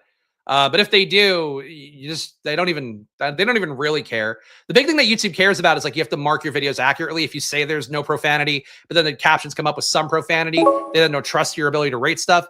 But I always rate mine as like some profanity, but none in this first 7 seconds because you got to be like a real monster to do that. Even I only do that when it's like a brain fart.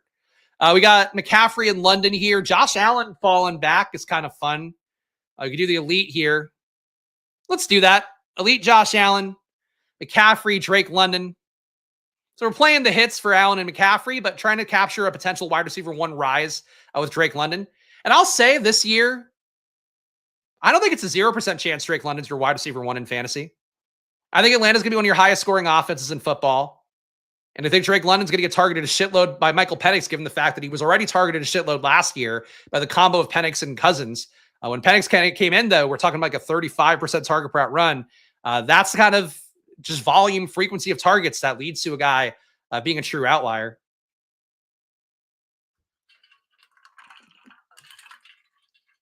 Kittle goes. Breece Hall goes. Worthy goes. Kenneth Walker is up to a 39 ADP on drafters, huh? Ooh, daddy. That is steep. Kenneth Walker, I do think is still a compelling click. Really a lot of positive signal for Seattle feeding the ball aggressively. And for what it's worth, Seattle's offensive coordinator is Clint Kubiak, the guy who made for a really good first half of last year for Alvin Kamara. But I do think DJ Moore is a guy we need more at this point. No pun intended. I mean, these guys could both be real PPR scams, but I am going to go DJ Moore. That was tough. I wish Kenneth Walker were somewhere I could draft him. Like, I wish he weren't that high. And I think with the Josh Allen deviation in particular, if I knew Walker's ADP had come up that much on drafters, I might have gone DJ Moore first and then gone Kenneth Walker second.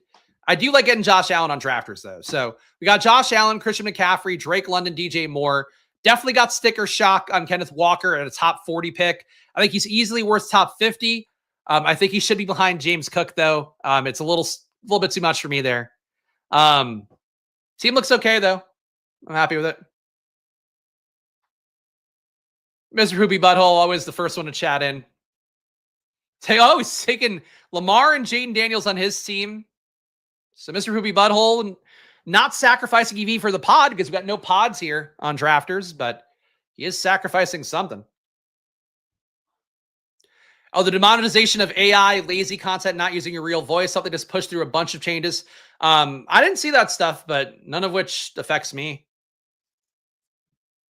But I mean, all the platforms to some extent demonetize like quote unquote lazy stuff. Like TikTok has algorithms that prevent people from getting paid in their partnership program if your video is quote unquote lazy. So I don't know. But no, I don't think it affects me, really. The only thing that would affect me is, like, gambling. If you couldn't stream gambling, I guess, would be it.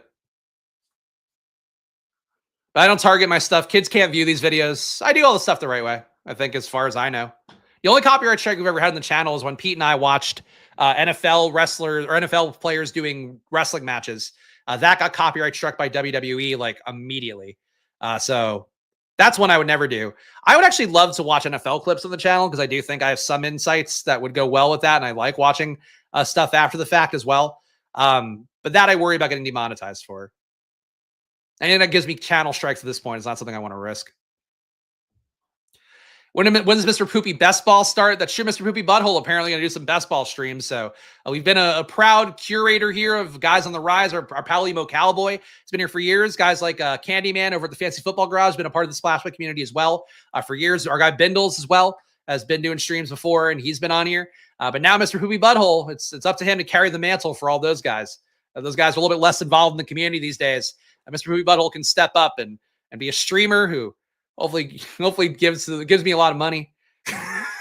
But shout out to all you guys watching. Oh, Fancy Football Garage is here. Appreciate seeing him here. He's grinding hard. See him doing streams very frequently night times. Check him out if you are a nighttime YouTube watcher. All right, we got DeAndre Swift coming back. We've got the bet on Chicago, so that does correlate.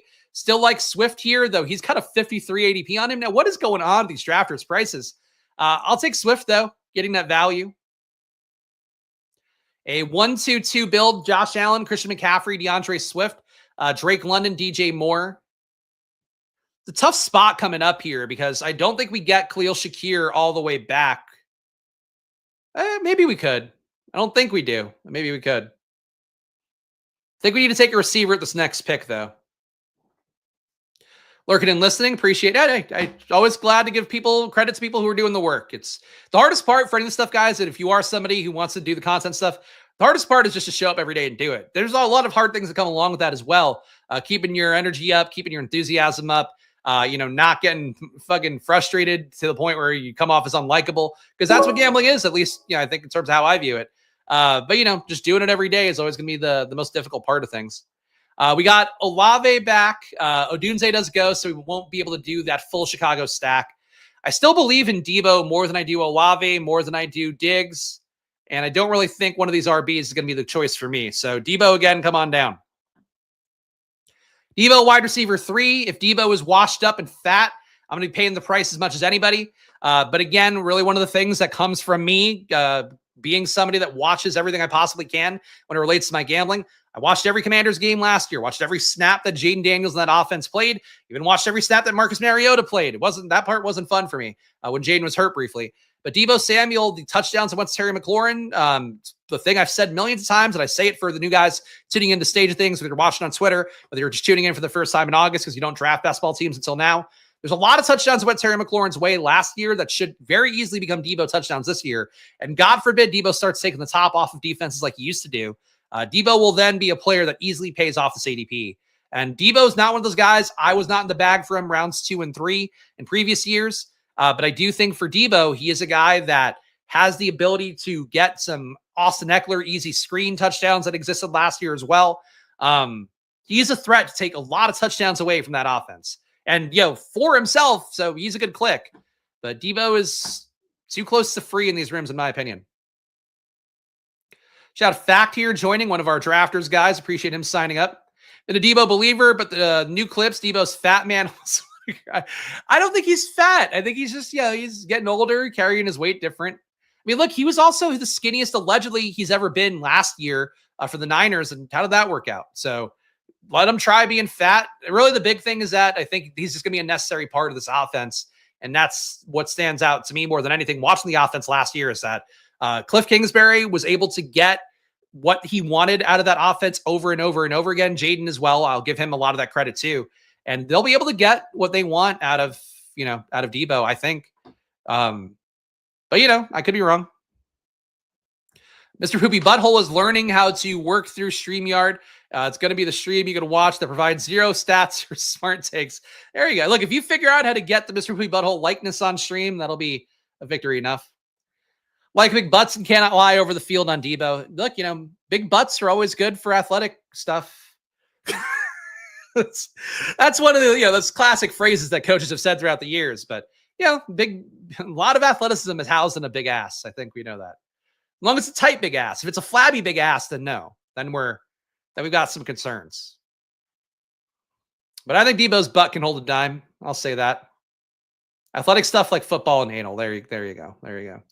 Check the drafters chat. Oh, Logan answering earnestly here that it is not super flex. We got one on the hook here with Logan 1989.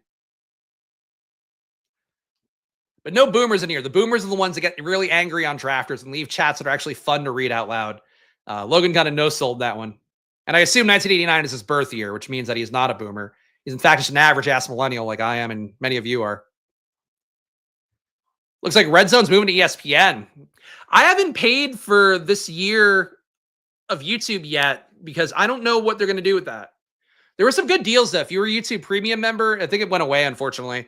But they had a deal where if you don't have YouTube TV, you get Red Zone for $180 or something. But obviously, if they roll it into ESPN Plus, it'll be much cheaper, and they're going to be just trying to get views on it. So, but yeah, the ESPN going to be taking over NFL Network. NFL is also going to own 10% of ESPN, which makes business sense for consumers. Kind of gross. That's sort of the theme of 2025 is like state-owned media is all the rage. We got Josh Downs here, Sam Laporta here if we want to do an elite-ish tight end. Did not get Khalil Shakir back, unfortunately. Thought there was a chance that could have swung back around. Jayden Reed, I'm not crazy about. Laporta is a 10-pick discount, so elite tight end, we can do it. Hard to believe that John Morton, the new Lions OC, is going to love tight ends more than Ben Johnson, who is a previous tight end coach, also a guy who's been really hyping the shit out of Colson Loveland this year. But Sam Laporta, pick 82, I think it's cheap enough that he's going after Kelsey. I'm happy to take it.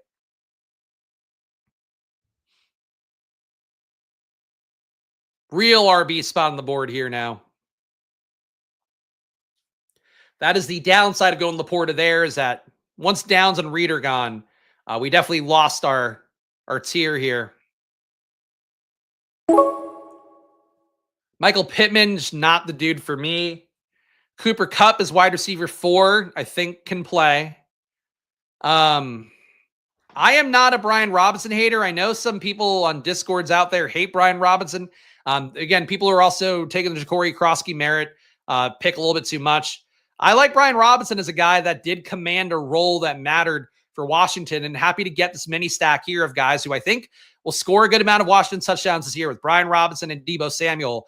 Not getting the 4th receiver here is a little bit tough, but I feel like for Cooper Kupp, I can get another group of guys rather as wide receiver 4 and 5, and think I'm doing just as well. So this is a little bit of a misbalanced team for me. I feel like I'm low on receiver right now with the guys I have, but I do like all the players I took, so I guess that's a positive. We got Josh Allen, Christian McCaffrey, DeAndre Swift, Brian Robinson, a receiver, Drake London, DJ Moore, Deebo Samuel, and Sam Laporta. I think not getting Shakir back really kind of threw off the feng shui in my brain of the team, because usually Shakir will roll all the way back here to the Allen drafter. But instead, our guy Ivan took him here at 77. So what are you going to do? At least he went to somebody we know and love, I suppose. Stream East. Yeah, look, Stream East, great product for sure. I use NFL Byte during the NFL season because that's a bunch of the illegal streams in one spot.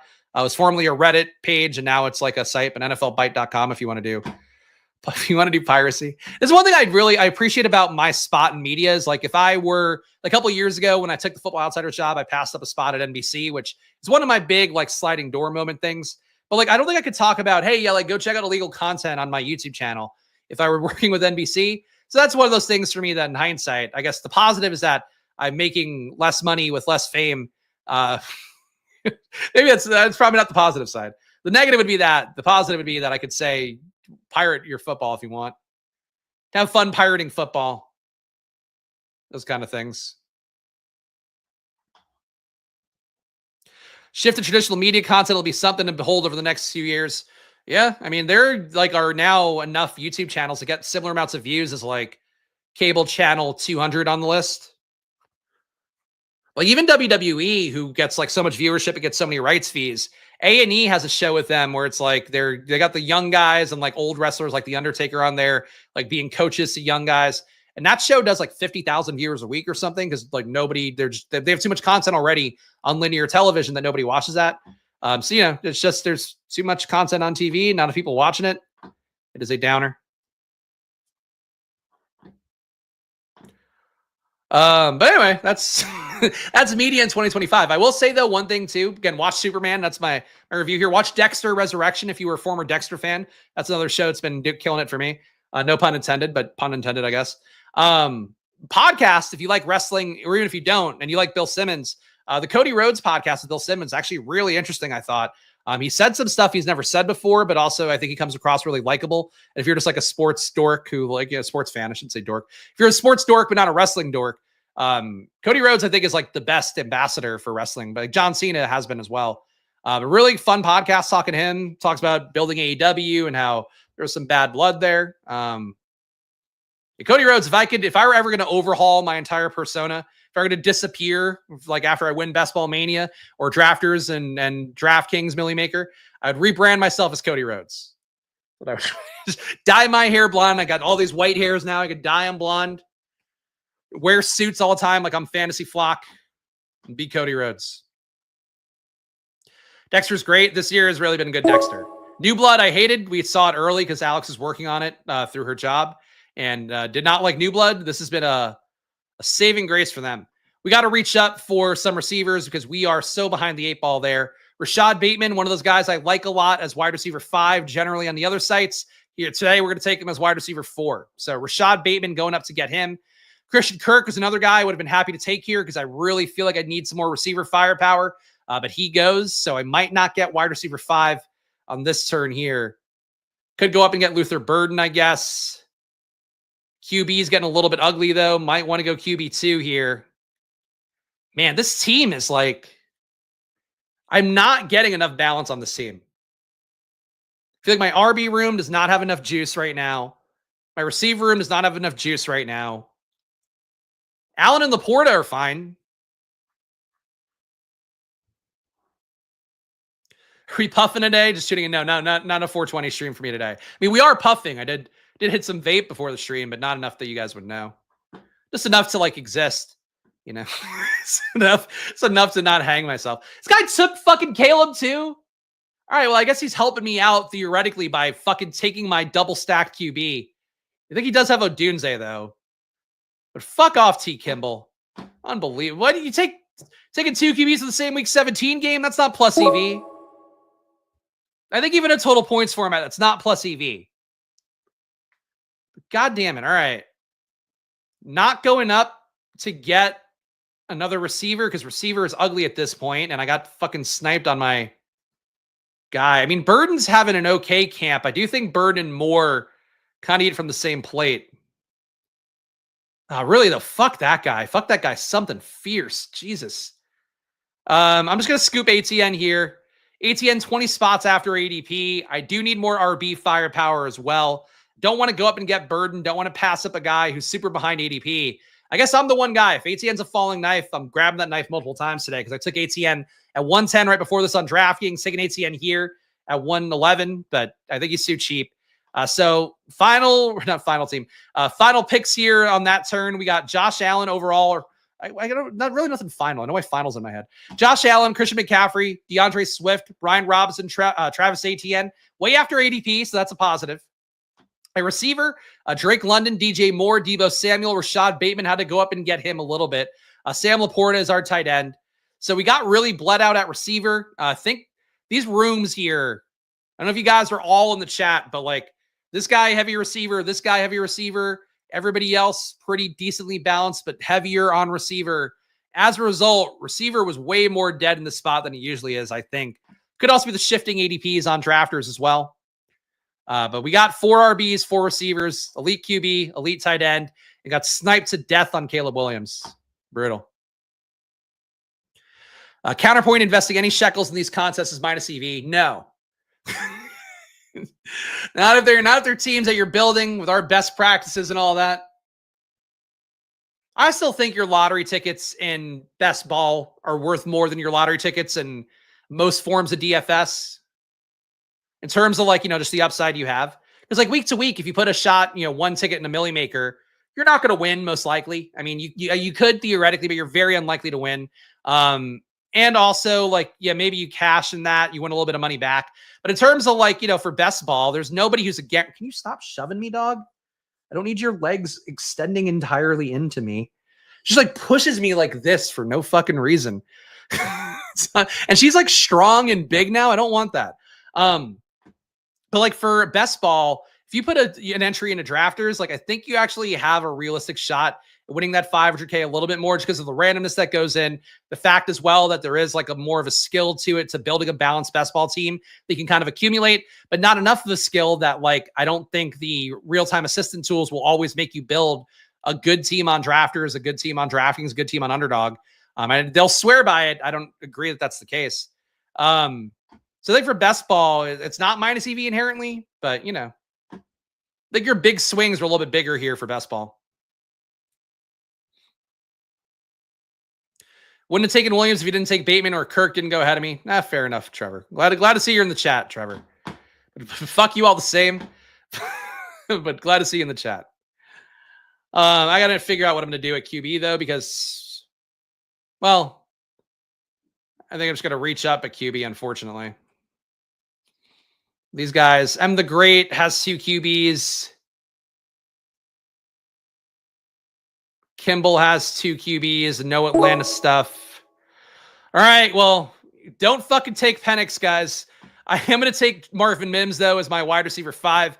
He is absolutely a tier break for me at this stage. I've said enough times on stream, if wide receiver 5 for you is not one of Mims or Christian Kirk, Hollywood Brown, I guess I would throw in there as well.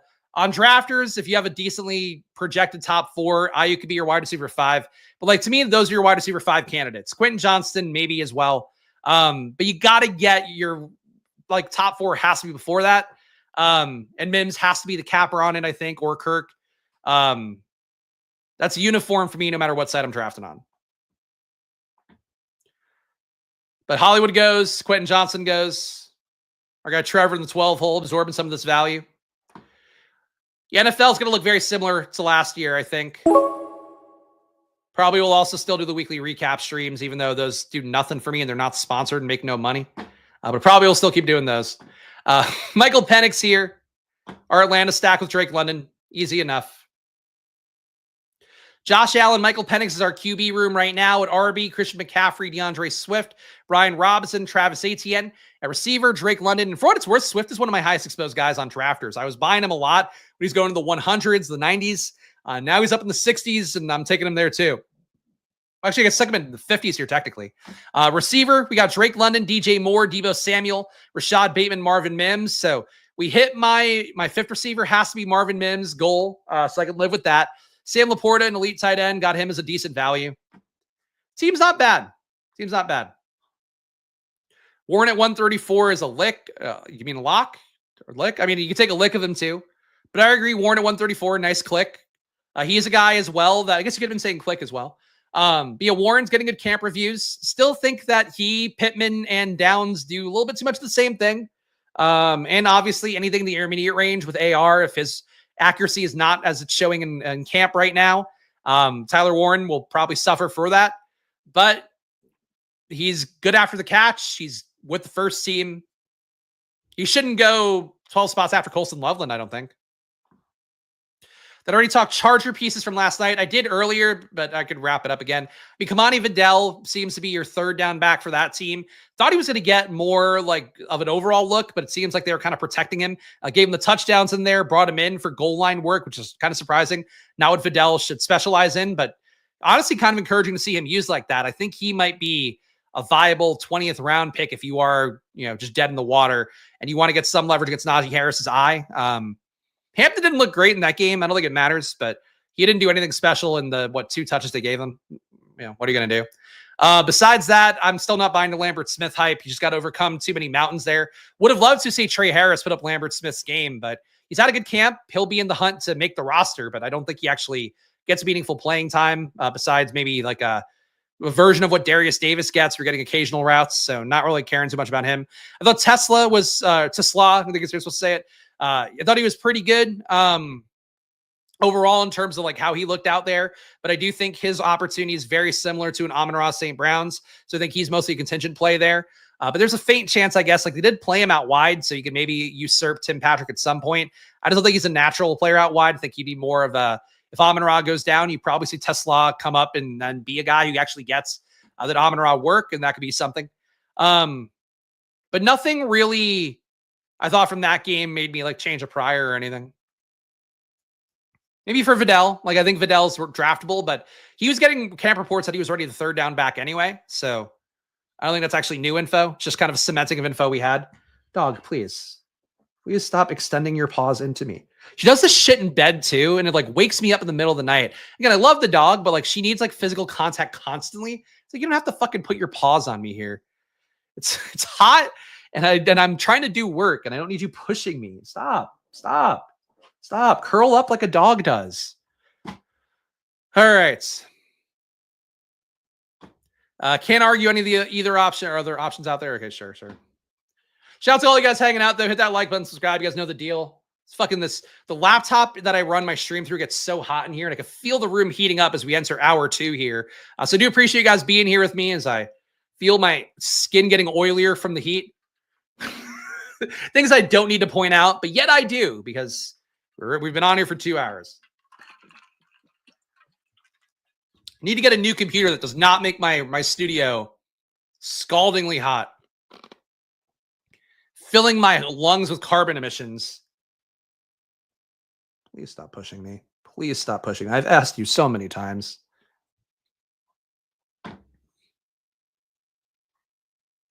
I wish you guys could see. She just literally puts her paw across me. It's fucking. And I'm not being like a dog, like, oh, my little doggy. It's like, it's fucking annoying, man. I'm tired. I don't want to have the dog in the studio when I do streams. Love her. I don't need her in here while I do streams, but I also don't need constant physical contact from my emotionally needy puppy. You hear me. You're right here, and yet you're putting your head on me now. It's technically adorable. But I just want to finish this draft and not sweat. We got RB here that looks awful. We got Nick Chubb, Quinshon Judkins. Austin Eckler is the most appealing RB click to me at this stage of things. God, I hate this spot. Gonna go get Eckler because he still fits the bill for me enough. And I do think that Robinson and Eckler score touchdowns in different ways. And I'll continue to make bets against Bill Krosky-Merritt at this point because I don't think he's legit. So 5 RBs here, 2 of them from Washington. We do have our Deebo Samuel bet as well. And frankly, I'm cool making a bet that just says Terry McLaurin's his touchdowns regress. Jayden Daniels' rushing touchdowns probably won't regress, but maybe he makes more business decisions this year because of the fact he is now perceived as a top 5 QB asset in football, especially relative to his contract. So that would be the bet you're making here when you don't have Jayden. You have this many Washington guys, I think. But we need some more at receiver as well. I mean, Josh Palmer here, I do think is a PPR bailout. Guy who has played well in camp, correlates with Josh Allen. So I think that's an easy wide receiver 6 click. So we have 5 RBs here with McCaffrey, Swift, Brian Robinson, Travis Etienne, and Austin Eckler. At receiver, we have Drake London, DJ Moore, Deebo Samuel, Rashad Bateman, Marvin Mims, and Josh Palmer. So I think we've balanced that enough. QB has been good to me, so I'm not really worried about it. Josh Allen, Michael Penix, and then Sam Laporta has a decent discount. I think that's cool to be our 1 tight end so far. I will grab probably 3 tight ends at the least at this stage, but don't have to grab them yet, I don't think. I don't know. I'm not like crazy about this team, but I think I've balanced it well enough.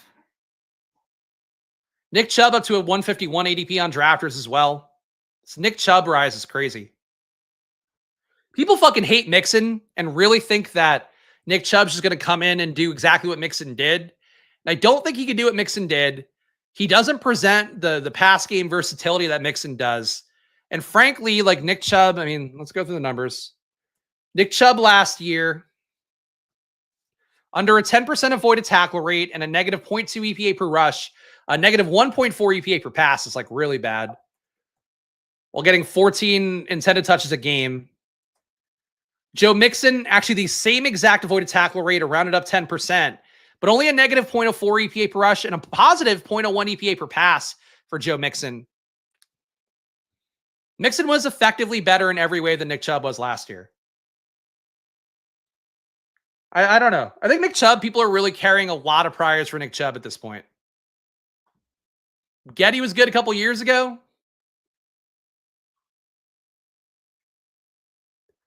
I frankly wanted Nick Chubb last year to come back and be somebody who would be a fraction of what he was before, but I think he literally is a fraction of what he was before. Anyway, Bryce Young goes at 170. If you're getting Bryce Young at 170, I think you're doing well for yourself. Guy who averaged just shy of 20 fantasy points down the stretch last year.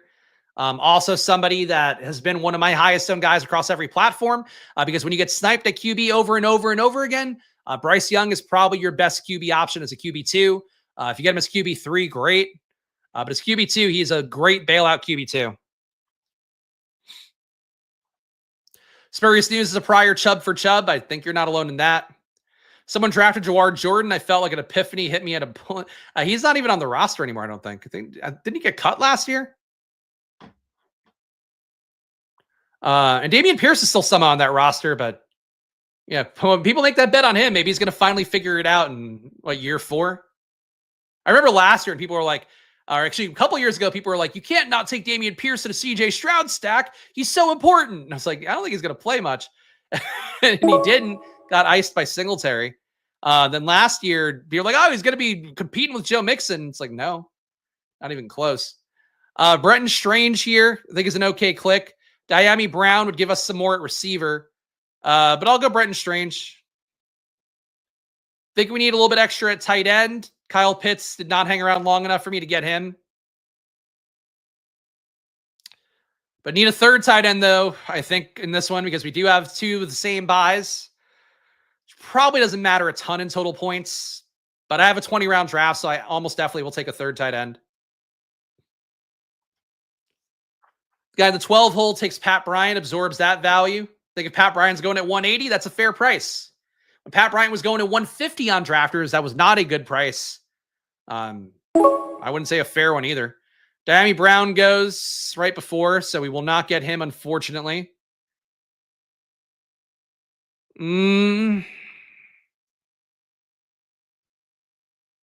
Really hate RB at this point. I'm going to go Justice Hill here to round out the RB room. We didn't take Derrick Henry earlier. Maybe we somehow luck box on this team. And well, I guess I'm not really rooting for a Derrick Henry injury because I have so much of him everywhere. I've made the case for him earlier why I like him so much.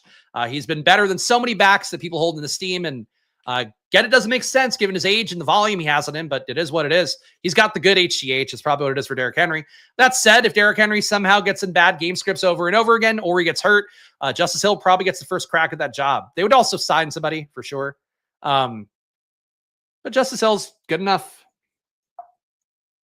What did Justice Hill do last year? I feel like his numbers weren't wowing. Flat 0 EPA per rush. Good 0.2 EPA per target. 25% target per out run. Pretty high for a running back. Just shy of 1 red zone touch a game between his rushes and his targets. And a 19% avoided tackle rate. So he's got juice in avoiding tackles. You know what? Justice Hill, in my brain, and I take Justice Hill a good amount, as you guys have seen. I was really one of few people taking him a lot. Late in drafts on Underdog, on DraftKings earlier in the draft cycle. Here on Drafters, he's got a 180-ish ADP. So, I'm taking him where he is. Nothing heroic here. But I've taken him mostly on the assumption that, if they get in bad game scripts, Justice Hill can get there, especially in a PPR site, get some checkdowns, maybe even a touchdown through the pass game. That can happen for him. He might actually end up being the contingent back if Derrick Henry went down because, they talk really highly of him. He's got no warts in his game. He's playing exactly like how he has to, in my opinion. And he also gets targeted, so he would get targeted more naturally if he did take over work from Henry. But again, people want to take Jarquez Hunter. People want to take Taj Boyd on the hopes. Taj Brooks, sorry.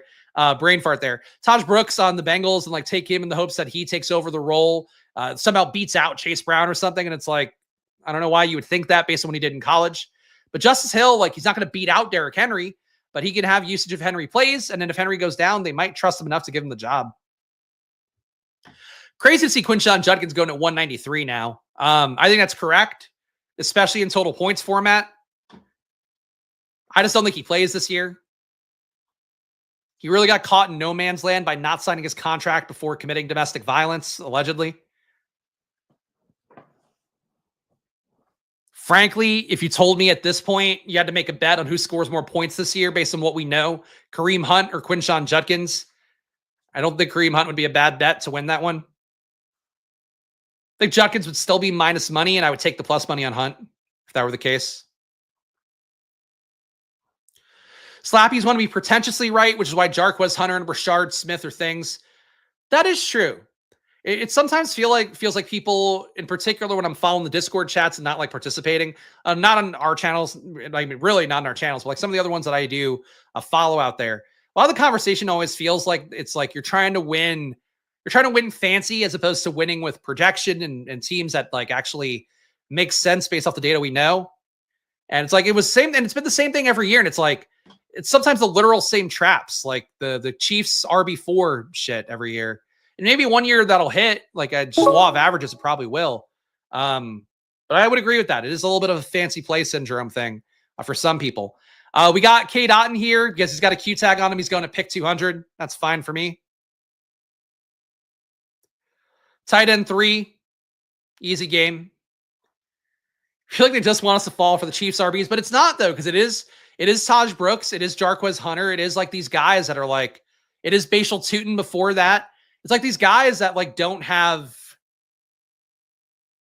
real likely pathways to winning a role. And also like that people don't grasp, don't have necessarily enough talent to win the role just like straight up either. The Rashard Smith to me is like just a dude. No respect to him, the grade here, just took him. You got to take him, obviously, like at some point. But maybe it just comes down to like, you know, I do my own rookie prep. I do like originate my takes on that stuff. So I'm probably just some bias against guys that never, you know, really won me over. Keenan Allen's still here. You guys know the rule at this point.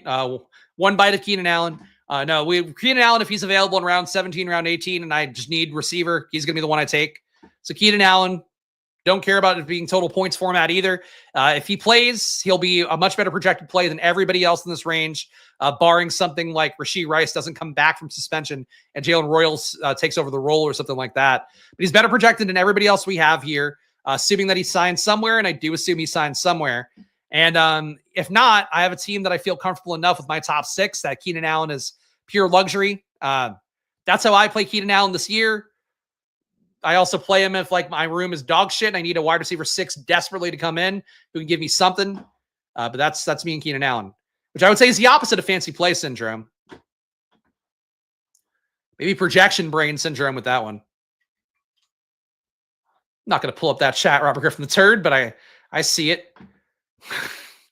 I think people are empowered in different ways with their various syndromes. You can still lift stuff, still be an Olympic athlete, no matter what syndromes you have. Team so far, let's give it a read for our last 2 picks here as we head into the past the 2-hour marker. We got Josh Allen and Michael Penix at QB. At RB, Christian McCaffrey, DeAndre Swift, Brian Robinson, Travis Etienne, Austin Eckler, Justice Hill. I think a 6-star RB, if there's anything appealing, would be viable enough, but I'm not sure we're going to go there. We have 7 receivers: Drake London, DJ Moore, Deebo Samuel, Rashad Bateman, Marvin Mims. Really prefer Bateman as a wide receiver 5, but I can live with how this build worked out.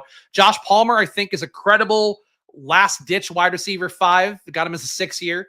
Keenan Allen as well. Hopefully can make up some of the quote-unquote warts in this room. And whatever. I can say there were warts. Sam Laporta, Brenton Strange, K. Dotton.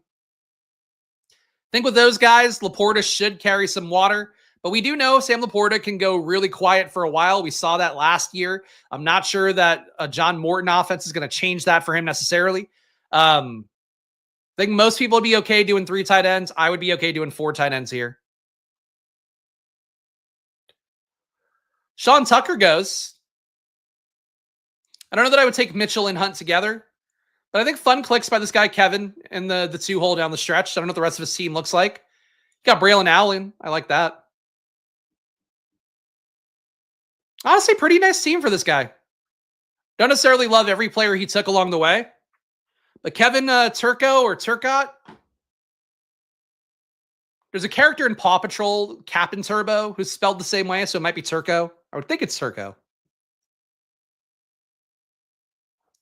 That's true. You can still live a life with purpose with fancy play syndrome. I agree. Ivan here, our guy with the splash play avatar just like mine. Takes Emmanuel Wilson, a great affront to me to draft him, knowing Marshawn Lloyd is your absolutely going to be your RB2 as long as he doesn't injure another limb yet again.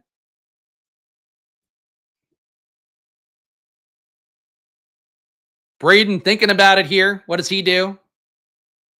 I think I know what he's going to do, but I'm not going to say it out loud. All right, no, he didn't do it. I'm going to take Jarquez Hunter here. I will never take Jarquez Hunter unless he's available in round 19 or round 20. Today we accomplished that. So there's a share of Jarquez Hunter for me. RB7, total swing, I think, but that's where he should get drafted at. Him and Kyle Monangai, more similar picks than you would like to believe based on people's priors. These guys both need, in my opinion, at least one guy in front of him, if not two, to go down to actually matter.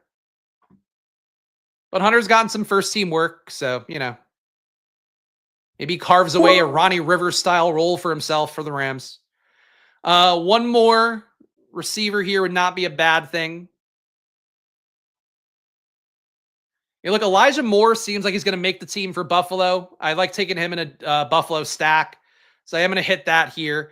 The other guys in the hunt for Buffalo, Shavers might make the roster. I still don't think he's an actual click. Christian Wilkerson, that's not the one. Who's the fucking guy who's been around? I didn't have to pull the Buffalo depth chart. We'll read the team in a second. It's Christian something, right? I think it's Wilkerson. But that might be a defender. No, it's Christian Wilkerson. Beat reporters think Wilkerson might make the team, but if he does make the team, he would have to beat out Curtis Samuel and Elijah Moore and Shavers, likely to make the roster. So I still take Elijah Moore. I think he makes it no matter what. Samuel might be at risk because he's banged up. The point being, the Buffalo receiver to take late. I'm actually not as sold as Elijah Moore as I might appear by taking him here. The final team, though, 2783 build, completing the TRIDRAFTALON here. We got Josh Allen, Michael Penix, at RB, Christian McCaffrey, DeAndre Swift, Brian Robinson, Travis Etienne, Austin Eckler. So we're two starting RBs for Washington who do score in different ways for the team sometimes. Justice Hill, Jarquez Hunter. Yeah, so there's the other Christian, that's Christian Wilkins, I think, right? Who's the one who kissed the guy and got cut, but I could be wrong about that. Defenders, never going to be my strength. I only have so much brain power to dedicate, and it goes to offense. Receiver, Drake London, DJ Moore, Debo Samuel, and team-level defense stats, but not individual defensive players. Can't have it in my brain. Rashad Bateman, Marvin Mims, Josh Palmer, Keenan Allen, and Elijah Moore. So Moore, a luxury click here, but gives us another Buffalo piece when we didn't have a lot stacked up with Josh Allen. Then tight end, Sam Laporta, Bretton Strange, Kate Otten. I think we could have withstood a fourth one, but just couldn't make that work with the room. I thought Hunter was valuable enough at this stage and more as well. So didn't take a fourth tight end. That's our final team here, guys. Did it in 2 hours and a quarter. So appreciate all you guys hanging out here. Show some love if you can. If you're watching on Twitter, hit that follow button. New on Twitter, of course, is my Splash Play streams going up on the Splash Play Pod channel. It's going to continue on. Make sure to do subscribe, though. Hit the like button. You guys know the deal first and foremost. Play on Drafters as well. Drafters.com, Drafters app. Use the promo code SPLASH for a $100 deposit match. Of course, I'll continue drafting teams on Drafters the rest of this August season, and you guys can benefit as well. Consecutive days draft bonuses on there. You get free tickets and a free pick 'em. If you do 10 days in a row, 20 days in a row, 30 days in a row. So start drafting on Drafters now if you can, and it'll make your money go further. That is a guarantee for me here based on my own results, finishing top 100, finishing top 10 in playoff best ball last season. Join the Discord as well. All you got to do is join the channel, click the link in the description. You can do that. If you're on Twitter, go to YouTube. You join the channel on there. Just join. $5 to join. You get in the Discord. You get all my news updates throughout the day. Anything interesting I see on Twitter, on The Athletic, I just put it in there so you guys have it. And you can do whatever you want with that information accordingly. Gamble responsibly, guys, even though it is always money time here. And play some MLB DFS as well. I'll be doing it on Stochastic on stream tomorrow. So if you want to play, use promo code SPLASH at Stochastic for 15% off all their deals, all their promos, all their sports. You guys know the deal on there. And yeah, gamble responsibly, even though it's always money time. I did that backwards. Follow me at Chris Spags. Follow the show at Splash Play Pod, whether it be on YouTube or on Twitter. I'll see you guys again soon. Enjoy your days. Good luck. And come catch me on the Discord. Not like the catch me outside girl, but catch me on the Discord. I'll see you guys again soon. Enjoy your days. Good luck. Bye-bye.